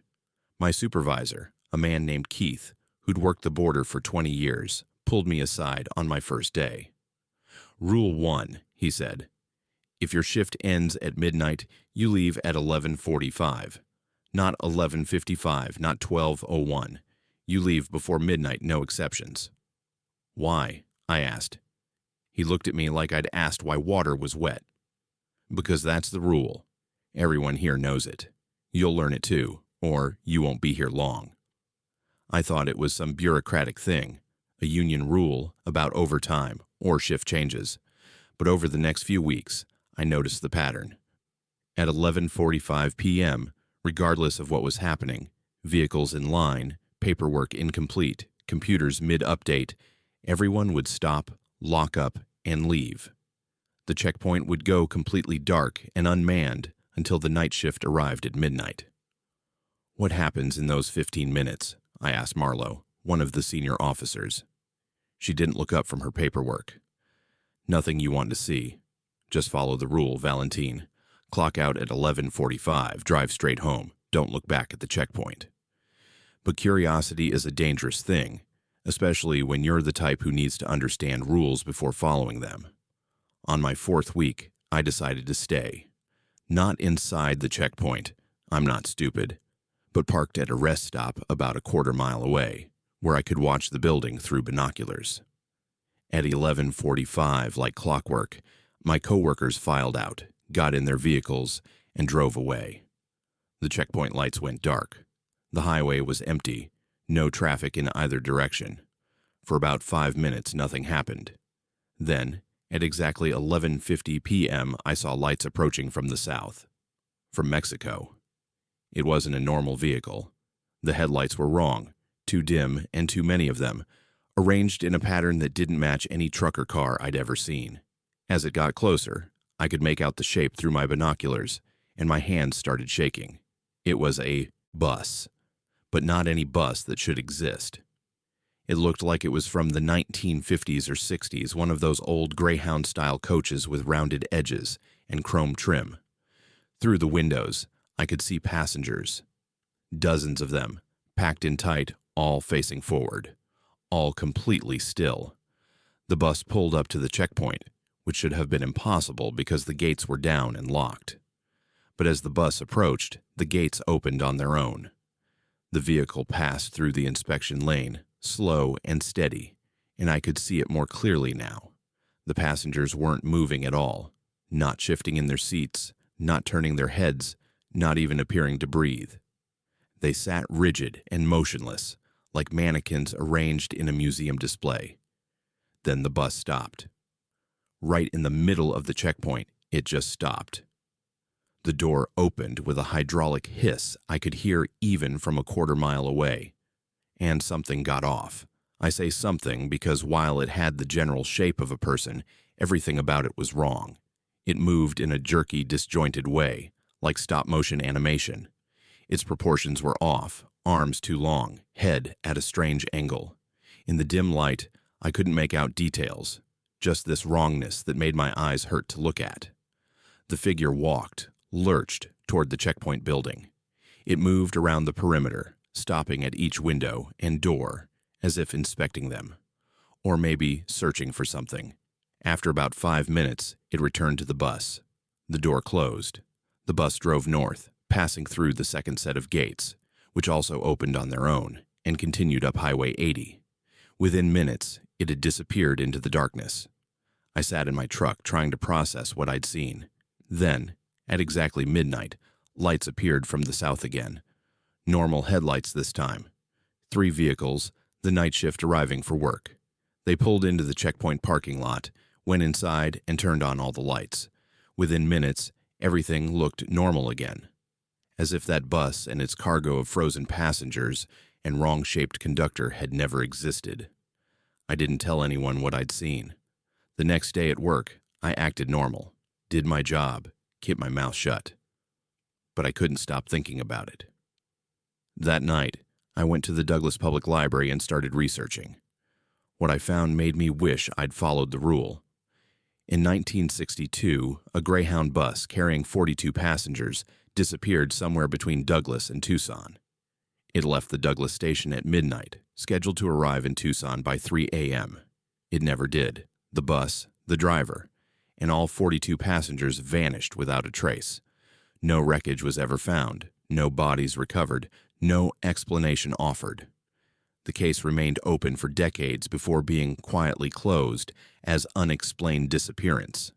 But the newspaper archives had more. Local residents reported sightings of a phantom bus in the years following the disappearance. Always at night, always traveling north on Highway 80, always between midnight and 1 a.m. The sightings were consistent enough that people started avoiding that stretch of road after dark. By the 1970s, when the checkpoint was built, the night shift workers reported the bus passing through. At first, they tried to stop it. They failed. The bus didn't acknowledge them, didn't slow down, just passed through as if they weren't there. After 3 night shift workers quit in the same week, all reporting nightmares and psychological distress. The agency implemented the rule. No one works midnight to 8 a.m. at that checkpoint. Instead, there's a 15-minute gap where the facility is unmanned, allowing the bus to pass through without human witnesses. The night shift arrives after it's gone, and everyone pretends it doesn't happen. But I'd seen it now. I'd watched it pass through. and something about being observed seemed to matter to it. Because 2 nights later, when I was working my normal evening shift, I looked out the window at 11:30 p.m. and saw it.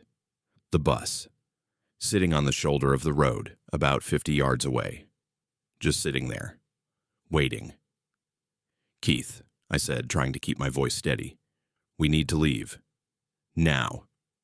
He looked where I was pointing and went pale. "Did you stay after midnight? Did you watch it?" "Once. Just once. I'm sorry, I didn't know." "Everybody out," Keith announced to the office. "We're closing early. 15 minutes early. Move." We evacuated the checkpoint, leaving everything unlocked and open. As we drove away, I watched in my rearview mirror. The bus pulled onto the highway and drove to the checkpoint. The door opened. That figure got out. But this time, instead of inspecting the perimeter, it went inside. Into our office, where we'd been working minutes before. I transferred the next week, requested a move back to California, took a pay cut, didn't care. Keith approved it without question, probably relieved to have me gone. But before I left, he told me something that I still think about every night. "That bus is looking for something," he said. "The 42 passengers, the driver, they're still on their route. They're still trying to get to Tucson. But something's wrong with them. Something that happened when they disappeared. They're stuck in that moment, driving the same highway forever. And the thing that gets off the bus, that conductor or driver or whatever it is, it's looking for something too. It checks the checkpoint every night, searching. And if it sees someone watching, if it knows it's been witnessed, it starts checking earlier, starts looking during the day, starts searching for the person who saw it." "What does it want?" I asked. "I think it wants a replacement," Keith said. "One more passenger to complete the route. To break the loop or continue it, I don't know. But every person who's watched that bus and stayed in Douglas has eventually disappeared. 3 people over the years. They're just gone one day. No bodies, no evidence, no explanation. Just like those 42 passengers in 1962. I left Douglas that afternoon, drove straight to California without stopping, kept checking my mirrors the whole way. For weeks, I'd see phantom buses in my peripheral vision, old Greyhounds that would vanish when I looked directly at them. I changed apartments twice, changed my phone number, blocked everyone I'd known in Douglas on social media. The sightings eventually stopped. I haven't seen the bus in months now, but I still don't drive at night. I still check my mirrors compulsively, and I still think about those 42 passengers, sitting rigid in their seats, faces frozen, traveling an endless highway toward a destination they'll never reach. If you're ever driving Highway 80 between Douglas and Tucson late at night, and you see an old Greyhound bus with too many dim headlights, don't slow down to look. Don't try to help. Don't acknowledge it at all. Just keep driving and hope it doesn't notice you. Because once it knows you've seen it, once it adds you to its list of witnesses, it will come looking. And eventually, you'll end up as passenger number 43 taking a route that never ends, driven by something that isn't quite human anymore, trapped in a moment that repeats forever. The checkpoint is still there, 3 miles north of Douglas. They still close at 11:45 p.m. They still leave it unmanned until midnight. And if you ask anyone who works there why, they'll tell you it's just policy, just a rule, nothing to worry about. But everyone who's worked that border knows the truth. The highway belongs to the living during the day, but at night, in those 15 minutes between shifts, it belongs to something else. Something that's been searching for 62 years. Something that never stops looking for its missing passengers.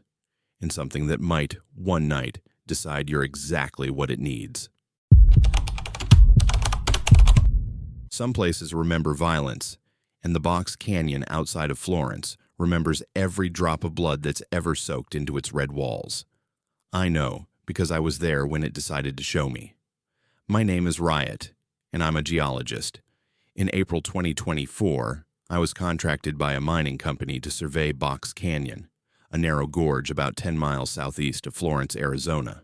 The company wanted to know if the area had viable copper deposits worth developing, It was supposed to be a simple 3-day survey, map the geology, take samples, assess mineral content. What I found had nothing to do with copper and everything to do with why the Apache called this place the Canyon That Weeps. Box Canyon is exactly what its name suggests. A narrow slot canyon with walls that rise about 60 feet on both sides, barely wide enough for 2 people to walk side by side in most places. The Gila River carved it millions of years ago, and now it's a dry wash most of the year, only running water during flash floods. The rock is Precambrian granite and schist, beautiful striated patterns of rust red and deep brown, like someone painted the walls with blood and earth. I arrived on a Monday morning, parking my truck at the canyon entrance where a dirt access road ended. The temperature was already in the mid-80s, and by afternoon it would be over 100. I loaded my backpack with equipment, water, and sample bags, and headed into the canyon. The first thing I noticed was the silence. Complete, absolute silence. No birds, no insects, not even wind. In the desert, there's always some sound. A lizard scurrying, a buzzard calling overhead, the rustle of wind through creosote bushes. But Box Canyon was silent as a tomb. The walls seemed to absorb sound rather than echo it. I started my survey at the entrance and worked my way deeper. The canyon floor was sand and small rocks, easy walking. I took photos, marked GPS coordinates, and collected rock samples. Everything was normal, professional, routine. About half a mile in, I found the first stain. It looked like rust or iron oxide at first, a dark reddish-brown discoloration on the canyon wall about chest height. But the pattern was wrong. It wasn't the natural weathering or mineral leaching I'd expect. It looked deliberate, like someone had thrown paint against the rock. I touched it and my fingers came away dry but stained. I made a note to test the sample later and kept moving. The stains became more frequent the deeper I went. They appeared on both walls now, sometimes in patterns that looked almost like handprints, sometimes in long streaks as if something had been dragged along the rock. The professional part of my brain cataloged them as potential iron deposits or bacterial colonies. The primitive part of my brain, the part that still remembers when humans were prey, was screaming at me to leave. At around noon, I stopped for water in a wider section of the canyon. I sat with my back against the rock wall and pulled out my notes. That's when I heard it. A sound like breathing, but distant and echoing. I looked around. The canyon was still empty. The sound continued, rhythmic, steady, like something large drawing breath. I stood and called out, "Hello? Anyone there?" My voice was swallowed by the canyon, no echo at all, just dead air. But the breathing continued. It seemed to come from the walls themselves, as if the rock was alive and exhaling. I decided to keep moving. About a quarter-mile further, the canyon narrowed to its tightest point, maybe 4 feet across. The walls rose sheer on both sides, blocking out most of the sky. And there, in that narrow space, I found them. Bones. Not animal bones. Human bones. A skull partially buried in sand. Ribs protruding from the canyon floor. A scattering of smaller bones that might have been fingers or toes. They were old, weathered by years of exposure, but unmistakably human. I should have called the authorities immediately, but I'm a scientist, and curiosity overrode common sense. I knelt and began carefully excavating around the skull.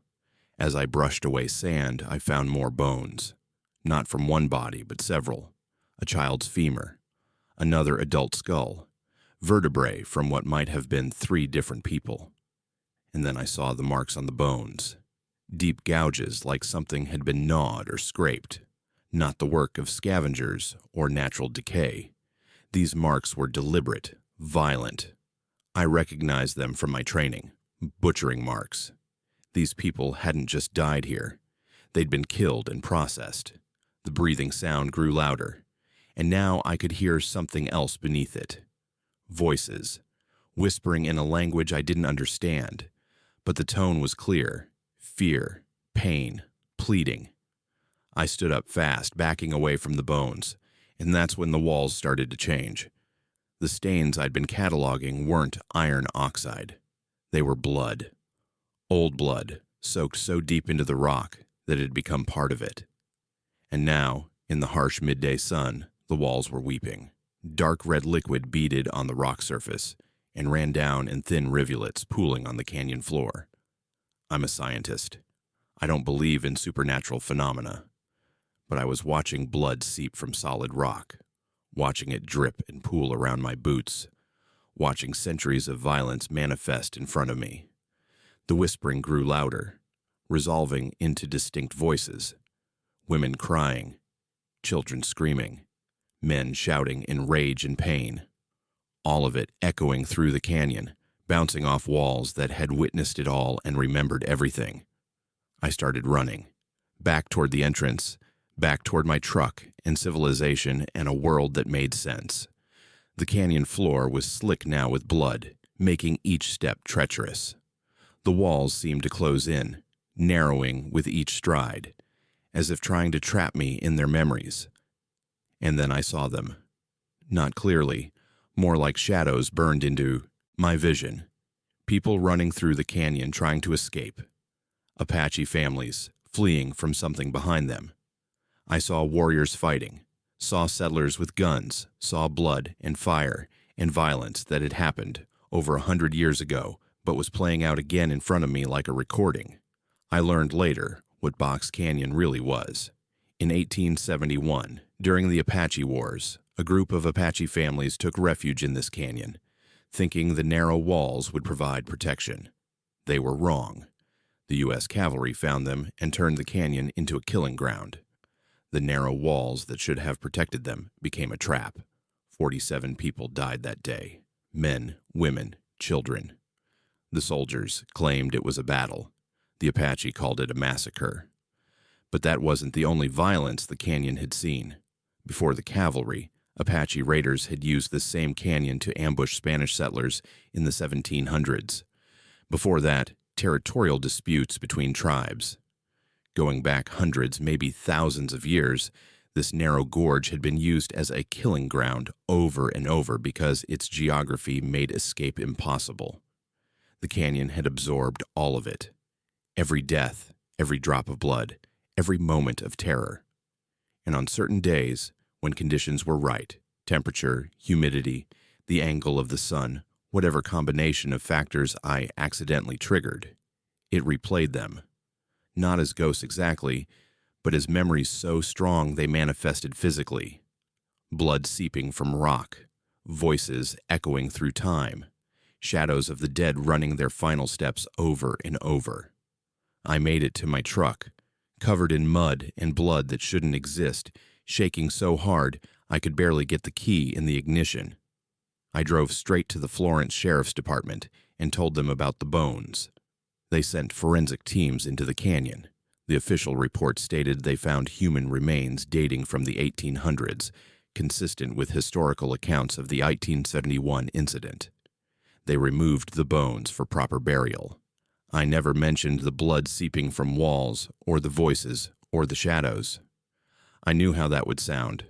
I wrote a brief report for the mining company stating the canyon was geologically unstable and culturally sensitive, recommending against development. They accepted my assessment without question. But 3 months later, a hiking group went into Box Canyon. Of the 6 people who entered, only 4 came out.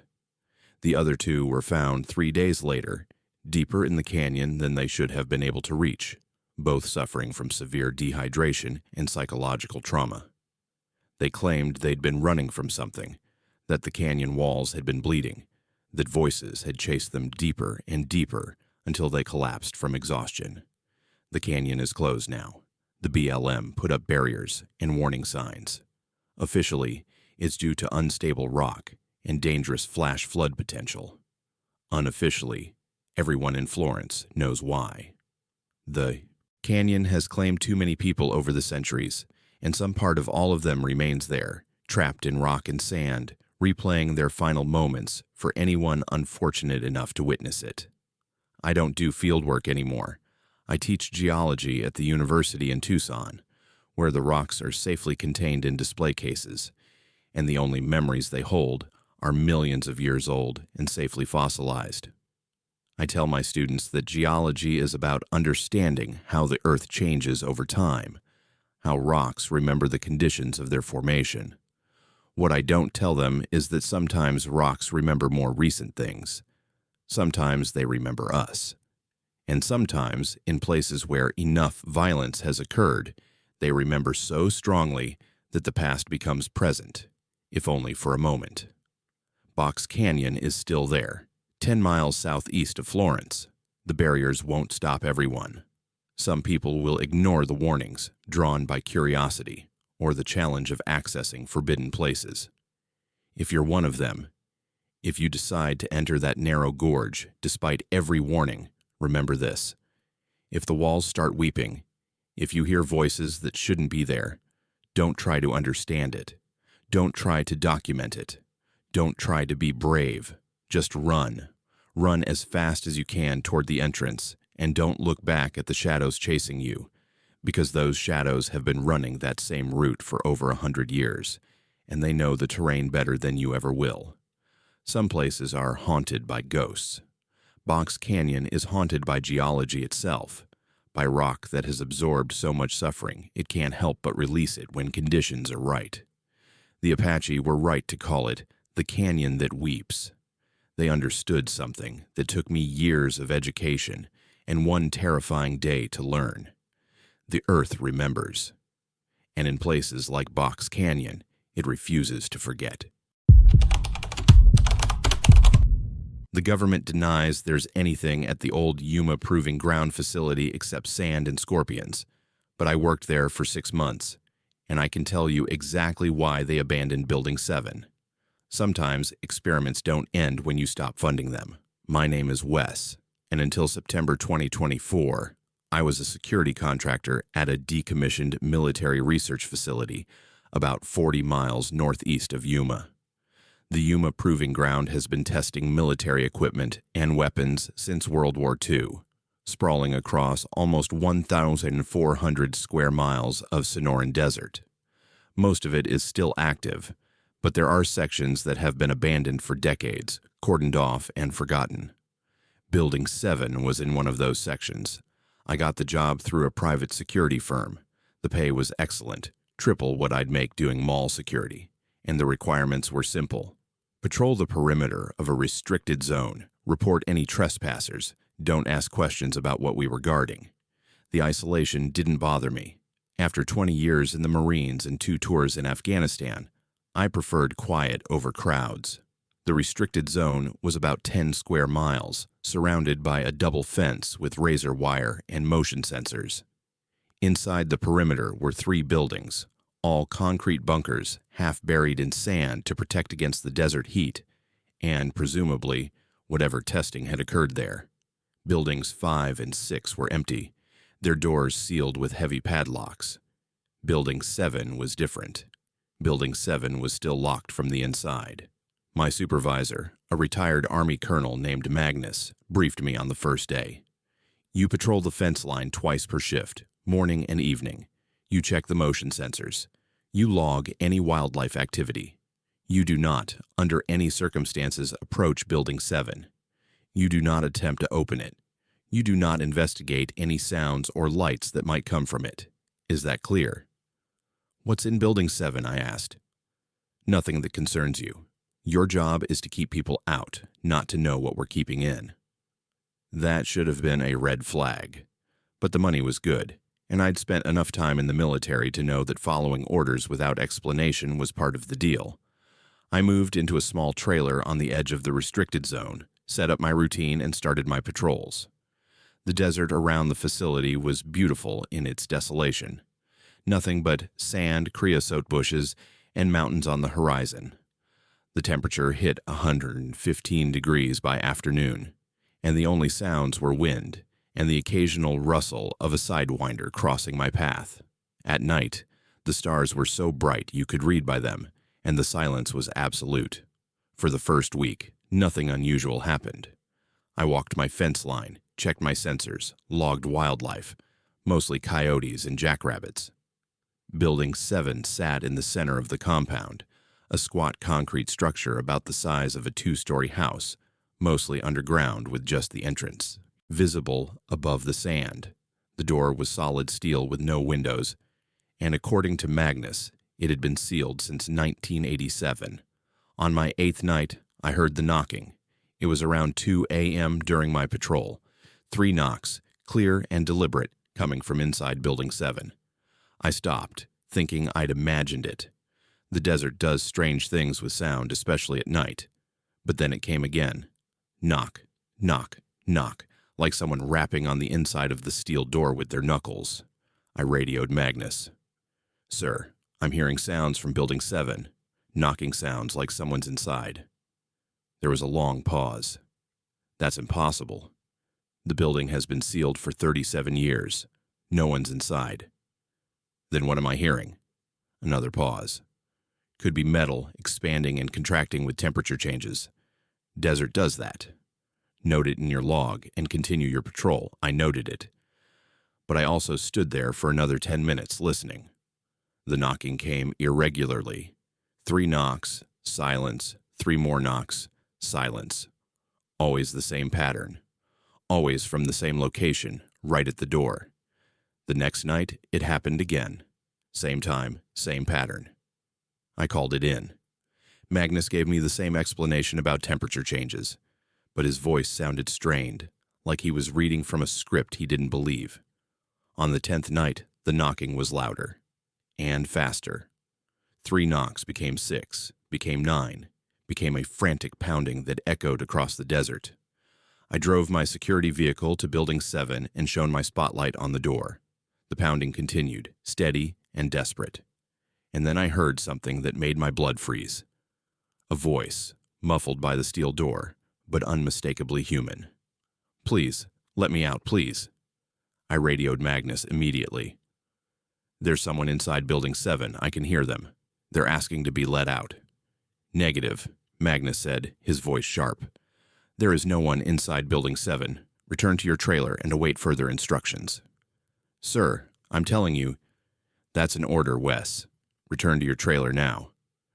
I obeyed, but I couldn't sleep. At dawn, Magnus arrived in person, along with 2 other men I didn't recognize. They wore civilian clothes but moved with military precision. Magnus pulled me aside. "What you heard last night," he said, "is classified. I'm going to tell you something that doesn't leave this conversation. Building 7 was a psychological warfare research facility. From 1975 to 1987, the Army conducted experiments in sensory deprivation, isolation, and psychological endurance. They were trying to develop techniques to break enemy prisoners. What they developed was something else." "What kind of something else?" Magnus looked toward Building 7.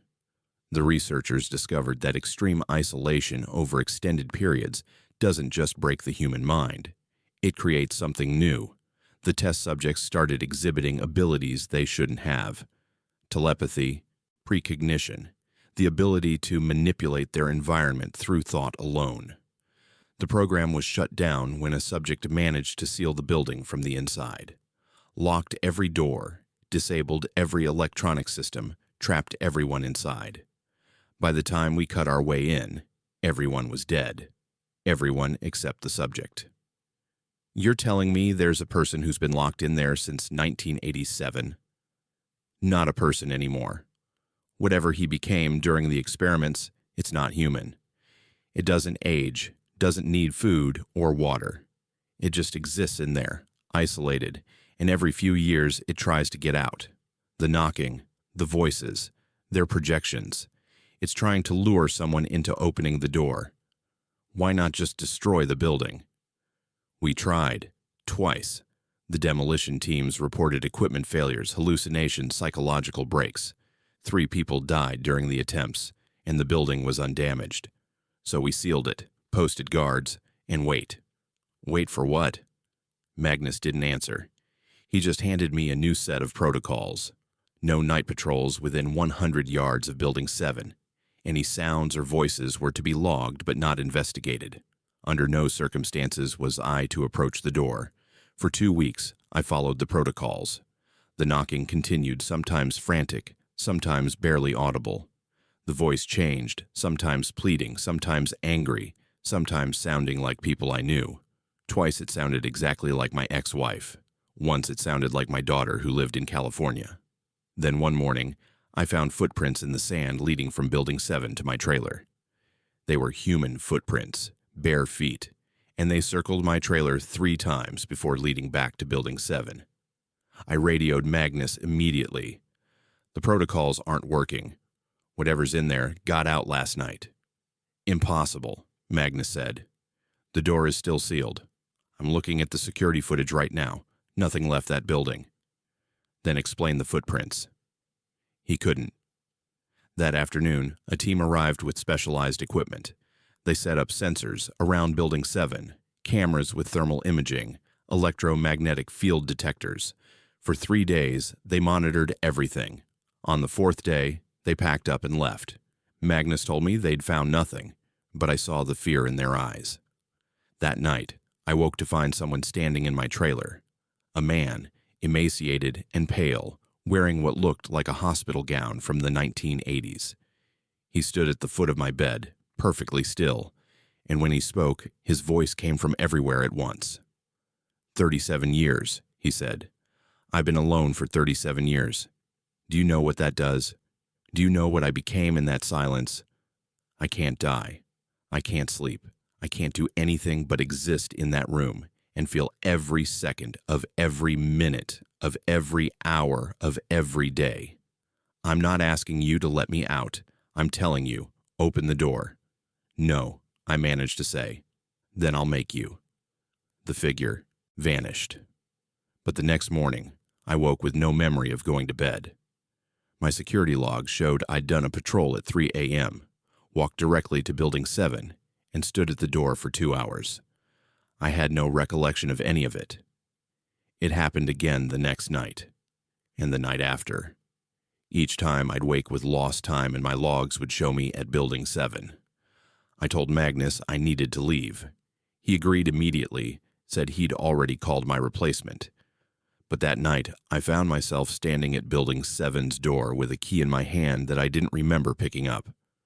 The voice was in my head now, not outside it. Open the door, Wes. You know you want to. You know you're curious. Just turn the key and let me out. Let me be free. I don't remember what happened next. I woke up in a hospital in Yuma 3 days later. Magnus was there. He told me they'd found me collapsed near Building 7, severely dehydrated and in shock. The building was still sealed. The key I'd been holding didn't fit any lock on the property. I was medically discharged and paid a year's salary on the condition I sign a non-disclosure agreement. I signed. I moved back to Oregon, as far from Arizona as I could get. But sometimes, late at night, I still hear the knocking. 3 knocks, steady and patient. And sometimes I hear that voice asking, pleading, demanding to be let out. Building 7 is still there, sealed and guarded. They hired someone new to replace me. I wonder how long he'll last before the knocking starts, before the projections begin, before whatever's locked in, that building decides it's tired of waiting and starts pushing harder against the barriers that hold it. The government says there's nothing there except sand and scorpions. They're lying. And someday, someone's going to open that door. Maybe out of curiosity, maybe out of compassion, maybe because the thing inside finally learns how to make someone do it against their will. When that happens, we'll find out what 37 years of absolute isolation can turn a human being into. And I don't think any of us are ready for that answer. When Father Jameson asked me to help restore the old Spanish mission outside Tubac, I thought it would be a simple renovation project. I was wrong. Some buildings don't want to be saved, and some prayers should never be answered. My name is Chosen, and I'm a historical restoration specialist. I work on old buildings across the Southwest, preserving architecture from the Spanish colonial period. In October 2024, I received a call from a Catholic priest in Tubac, a small arts community about 45 miles south of Tucson. He'd inherited an abandoned mission church from the 1700s and wanted to restore it for community use. The pay was good, the project interesting, and I had a gap in my schedule. I should have asked more questions before I agreed.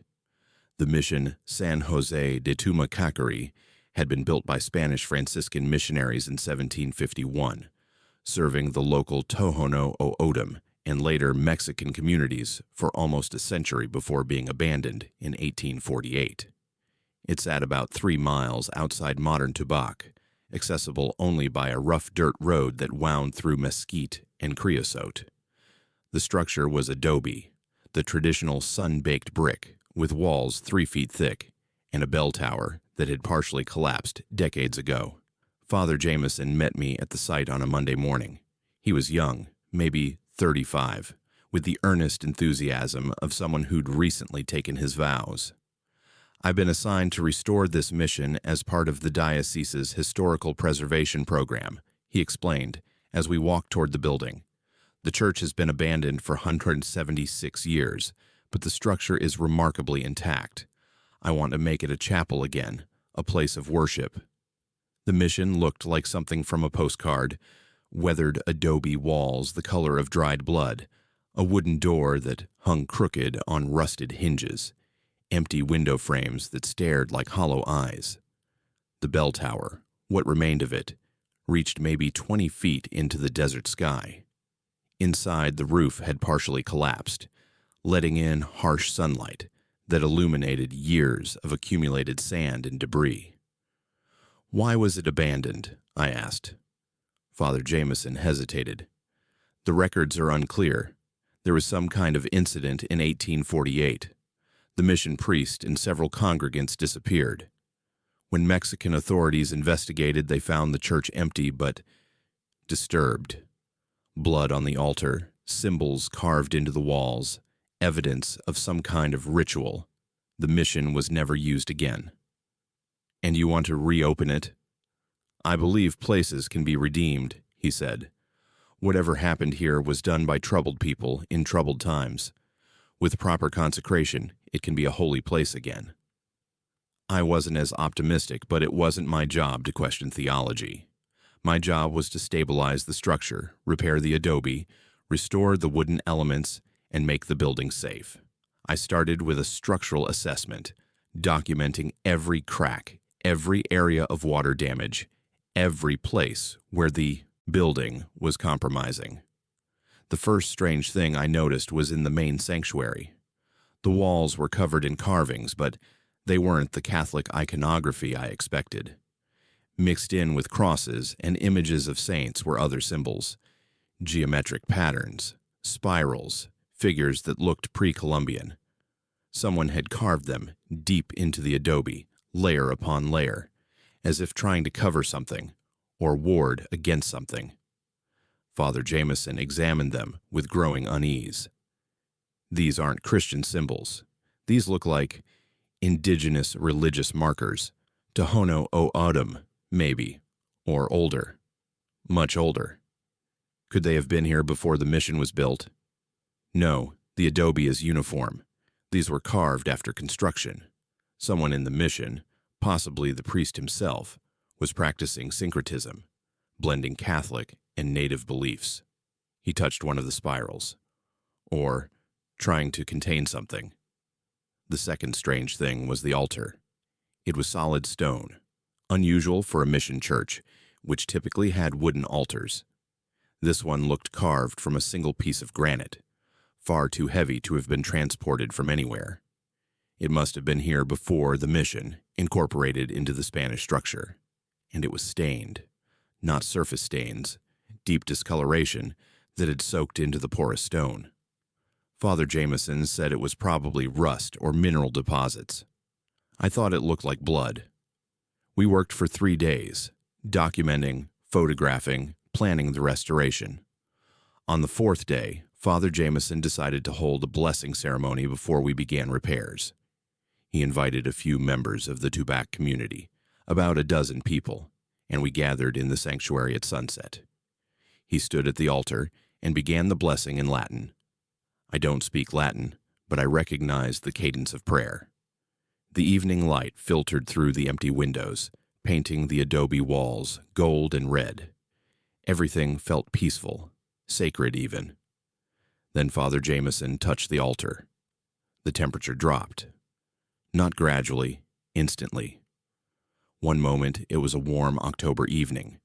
The next it was cold enough to see our breath. The light coming through the windows changed from gold to sickly green, and the carvings on the walls began to move. I know how that sounds. Carvings don't move, stone doesn't animate.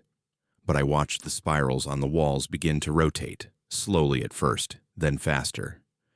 The geometric patterns shifted and reformed, and the pre-Columbian figures, the ones that looked human but weren't quite right, they turned their heads toward the altar where Father Jameson stood frozen in mid-prayer. Someone screamed. One of the community members, an elderly woman, was backing toward the door.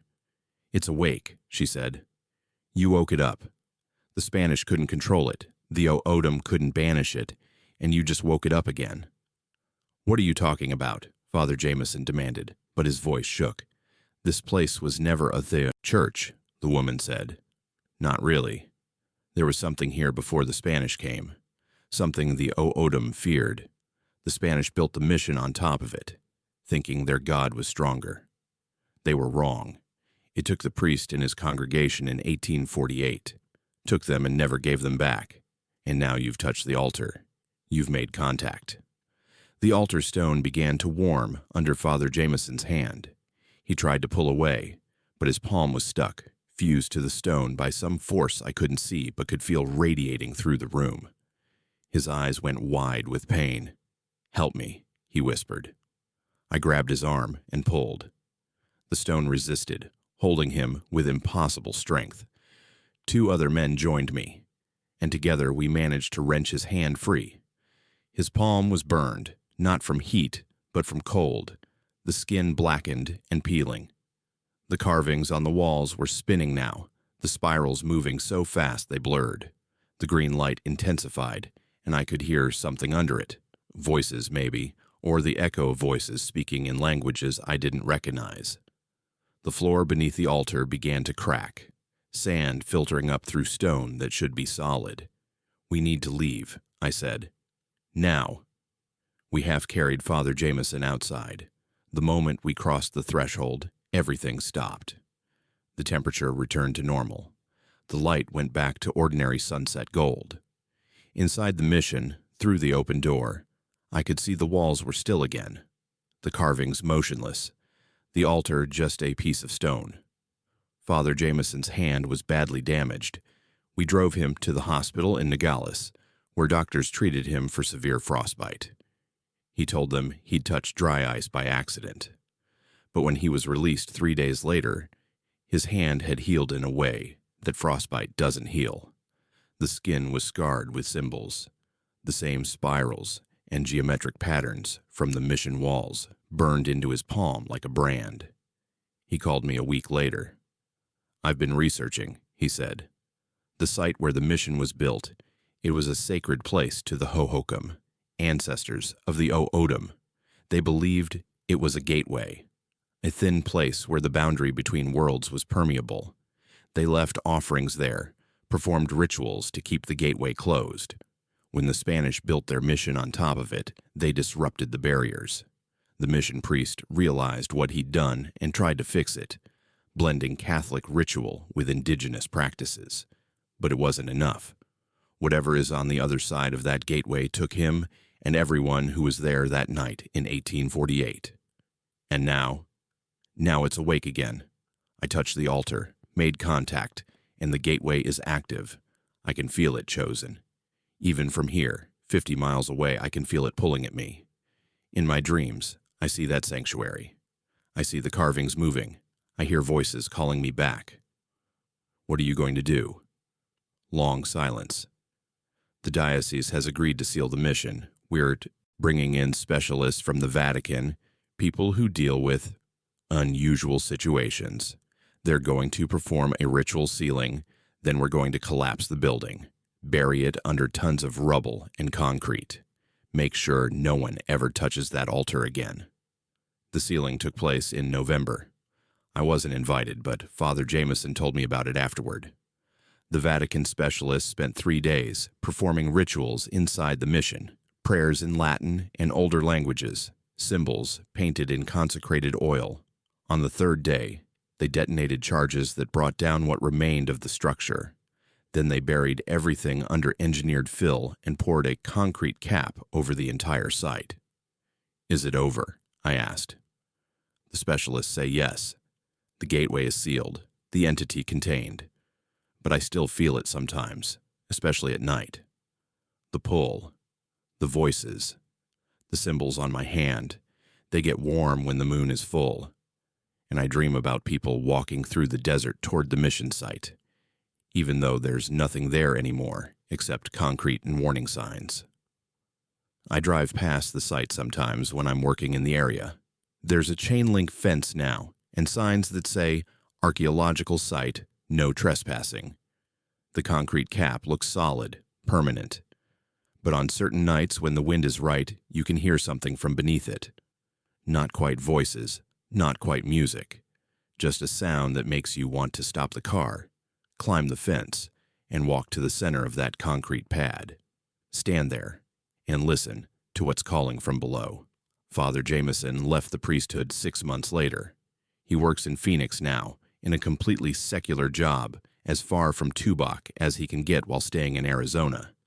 But he still has the scars on his palm, and he still dreams about the mission, about the altar, about the gateway that the Spanish tried to close with their God and their stone and their prayers.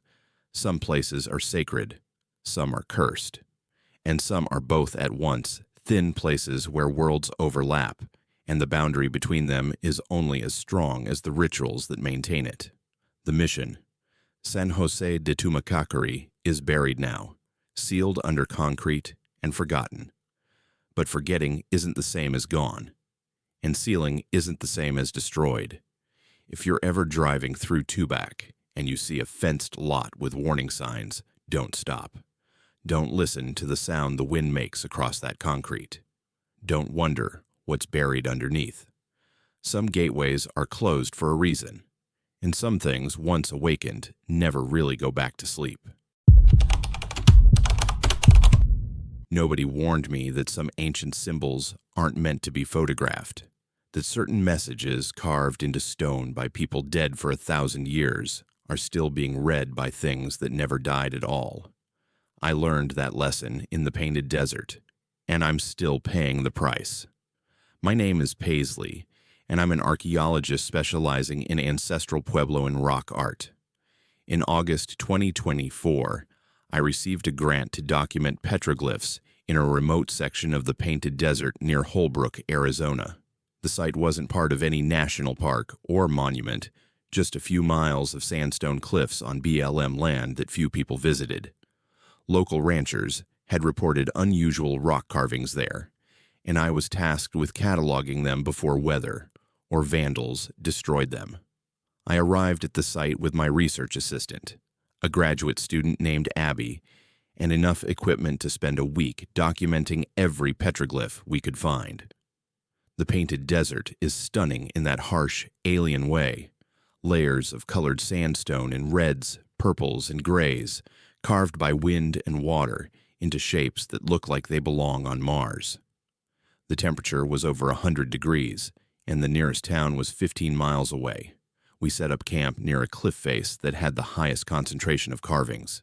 The petroglyphs were extensive, hundreds of images covering maybe 200 feet of rock surface. Most were typical ancestral Puebloan designs, spirals, handprints, geometric patterns, stylized animals. But there was something else mixed in, symbols I didn't recognize from any cultural tradition I'd studied. "These don't match anything in the database," Abby said, scrolling through reference images on her tablet. "Look at this sequence here. It's not Puebloan, not Hohokam, not even similar to the Mogollon or Sinagua styles. It's like someone else carved these, or the same people carved them, for a completely different purpose." The symbols she indicated were arranged in a vertical line, running from about knee height to maybe 8 feet up the cliff face. They looked almost like writing, characters, or glyphs arranged in sequence. But the shapes were wrong, angles that seemed to shift when I looked at them from different positions, curves that my eyes couldn't quite follow. "Let's photograph everything first, analyze later," I said. "Standard documentation protocol, close-ups, context shots, photogrammetry for 3D models." We worked methodically, photographing each section of the cliff. The work was tedious but satisfying, the way archaeological fieldwork always is. We were preserving history, documenting messages left by people who'd walked this desert a millennium ago. I felt like we were honoring them. That night, sitting by our campfire, I reviewed the day's photos on my laptop. The petroglyphs looked even stranger on screen than they had in person. The unusual symbols seemed to move in the digital images, shifting subtly between frames even though the camera had been stationary. I assumed it was a glitch, some artifact of the high-resolution imaging. "Paisley," Abby said from her tent, "are you having strange dreams?" I looked up. "What do you mean?" I fell asleep for like 10 minutes, and I had this really vivid dream. I was standing at the cliff face, and the petroglyphs were glowing. Not like reflecting light, but actually glowing from inside the rock. And I could hear something, like chanting or singing in a language I've never heard, but somehow understood. "What did you understand?" She hesitated. It was a warning, or maybe instructions, something about not reading the message out loud, about how the symbols are words, and words have power when spoken. I laughed it off as heat, exhaustion, and stress. We'd been working in extreme temperatures, and the desert does strange things to perception. But that night, I had the same dream. Standing at the cliff face, watching the symbols glow, hearing that chanting that wasn't quite sound but still communicated meaning. The message was clear. These weren't decorations or art. They were a binding, a seal, and we'd photographed them, created digital copies, reproduced them in a way that might break the binding. I woke before dawn, unsettled. The desert was silent in that absolute way it gets before sunrise. No birds, no insects, just stillness. I looked toward the cliff face and froze. The petroglyphs were glowing, not brightly, just a faint luminescence, like they'd absorbed the previous day's sunlight and were releasing it slowly. But petroglyphs don't glow. Rock doesn't emit light. I woke Abby. "Do you see that?" She stared at the cliff. "That's not possible." We approached carefully, our headlamps off so we could see the glow more clearly. Up close, it was unmistakable. The unusual symbols, the ones that didn't match any known cultural tradition, were emanating a soft blue-white light. The traditional Puebloan carvings remained dark. Only these strange glyphs were active. "We need to document this," I said, reaching for my camera. "No." Abby grabbed my arm. "The dream, remember? We're not supposed to reproduce these. We already did, and look what's happening. If we photograph them while they're active..." She didn't finish, because that's when we heard it. Footsteps. Multiple sets walking in rhythm, approaching from the darkness behind the cliff. We'd been alone out here for 2 days. No other vehicles for miles. There shouldn't be anyone else. The footsteps grew louder, and then figures emerged into our campsite. 7 of them, walking in single file. They wore what looked like ancient clothing, woven fiber garments, leather wrappings, shell jewelry. Their faces were painted with symbols that matched the glowing petroglyphs. They walked through our camp as if we weren't there, heading directly for the cliff face. Abby and I pressed ourselves against our truck, watching. The figures stopped at the cliff and raised their hands. They began chanting in a language that hurt to hear, syllables that seemed to come from their mouths and from the air itself simultaneously. The glowing symbols flared brighter, and then something else began to form on the rock face. A darkness that wasn't shadow, a shape that seemed to exist in 3 dimensions despite being on a flat surface. "That's what they sealed," I whispered. "Those symbols aren't art. They're a prison. And we broke it." The shape on the rock began to pull itself forward, becoming more solid with each passing second. I could see edges, limbs, something that might have been a head, but with too many angles, too many joints. The 7 figures chanting grew more desperate, urgent, as if they were trying to push it back, to reinforce the seal they'd created 1,000 years ago. I don't know what made me do it. Maybe instinct, maybe the residual message from those dreams. But I grabbed my tablet and pulled up the photos we'd taken. The digital reproductions of the sealing symbols. I turned the screen toward the cliff face, showing the symbols back to themselves. And I read out loud the sequence that had appeared in my dream. Words I didn't know but somehow could pronounce. The effect was immediate. The emerging shape recoiled, pulling back into the rock. The 7 figures turned toward me, their painted faces expressionless. And for a moment, I thought I'd made things worse. Then one of them nodded, a gesture so small I almost missed it. They raised their hands again, and the glowing symbols blazed bright enough to hurt our eyes. When we could see again, the darkness in the rock was gone. The figures were gone, and the petroglyphs had changed. Where the unusual symbols had been, there were now new carvings. They looked fresh, as if someone had just chipped them into the stone. And these I could read. They were in English, simple and clear. Witness, seal maintained, do not copy again. Abby and I packed up our camp before the sun fully rose. We drove back to Holbrook, then Phoenix, then all the way to the university in Tucson, without stopping longer than necessary. We deleted every photo, every 3D model, every digital file we'd created of those symbols. I filed a report stating the site had already been heavily damaged by erosion and wasn't worth further documentation. But I kept one thing, a single printout of those unusual symbols, the ones that served as a seal, because 2 months later, I started seeing them in other places, on a cliff face near Sedona during a different survey, carved into a rock wall in Canyon de Chelly, painted on pottery shards in a museum collection in Flagstaff. Always the same sequence, always in places associated with ancestral Puebloan sites. They're everywhere. These people, whoever they were, created seals all across the Southwest. Dozens of them, maybe hundreds, all binding something that was here before humans, something that the ancient peoples couldn't destroy but could imprison in rock and symbol. And now, in our digital age, we're photographing them, reproducing them, weakening the seals without knowing what we're doing. I don't do field work anymore. I teach now. And I've made it my mission to train students about the ethical implications of reproducing sacred or powerful imagery. I tell them some things were meant to be seen once and remembered, not copied and distributed. I tell them respect for indigenous beliefs isn't just cultural sensitivity. Sometimes it's survival. The site in the painted desert is still there. The BLM has it marked as culturally sensitive but not restricted. People can still visit if they know where to look. And every time I hear about someone documenting rock art in that area, I wait anxiously for news reports. Reports of strange sightings, unexplained phenomena, people going missing in the desert. So far, nothing has happened. Maybe the seal is holding. Maybe those 7 figures are still watching, still maintaining their 1,000-year vigil.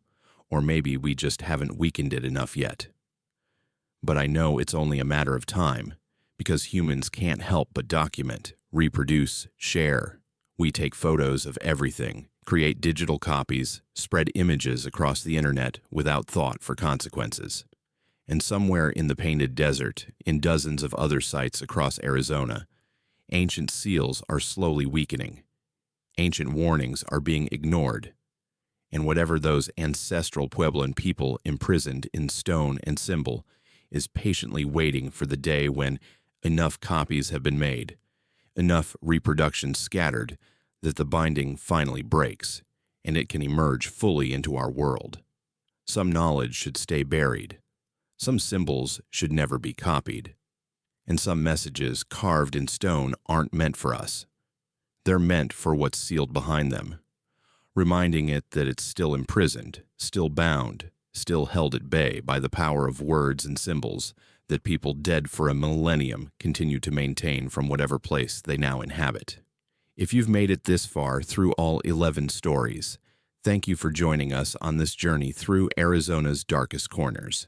These are the places people don't talk about, the experiences that change lives forever, the truths hidden in small towns and remote deserts.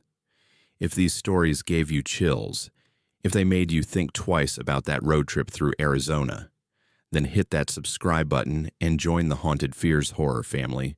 We're here every week bringing you the stories that others won't tell, the encounters that can't be explained, and the truths that lurk in America's forgotten places. Don't forget to like this video and share it with someone who needs to know that the desert remembers everything. Until next time, stay safe out there, and remember, some places are best left unexplored.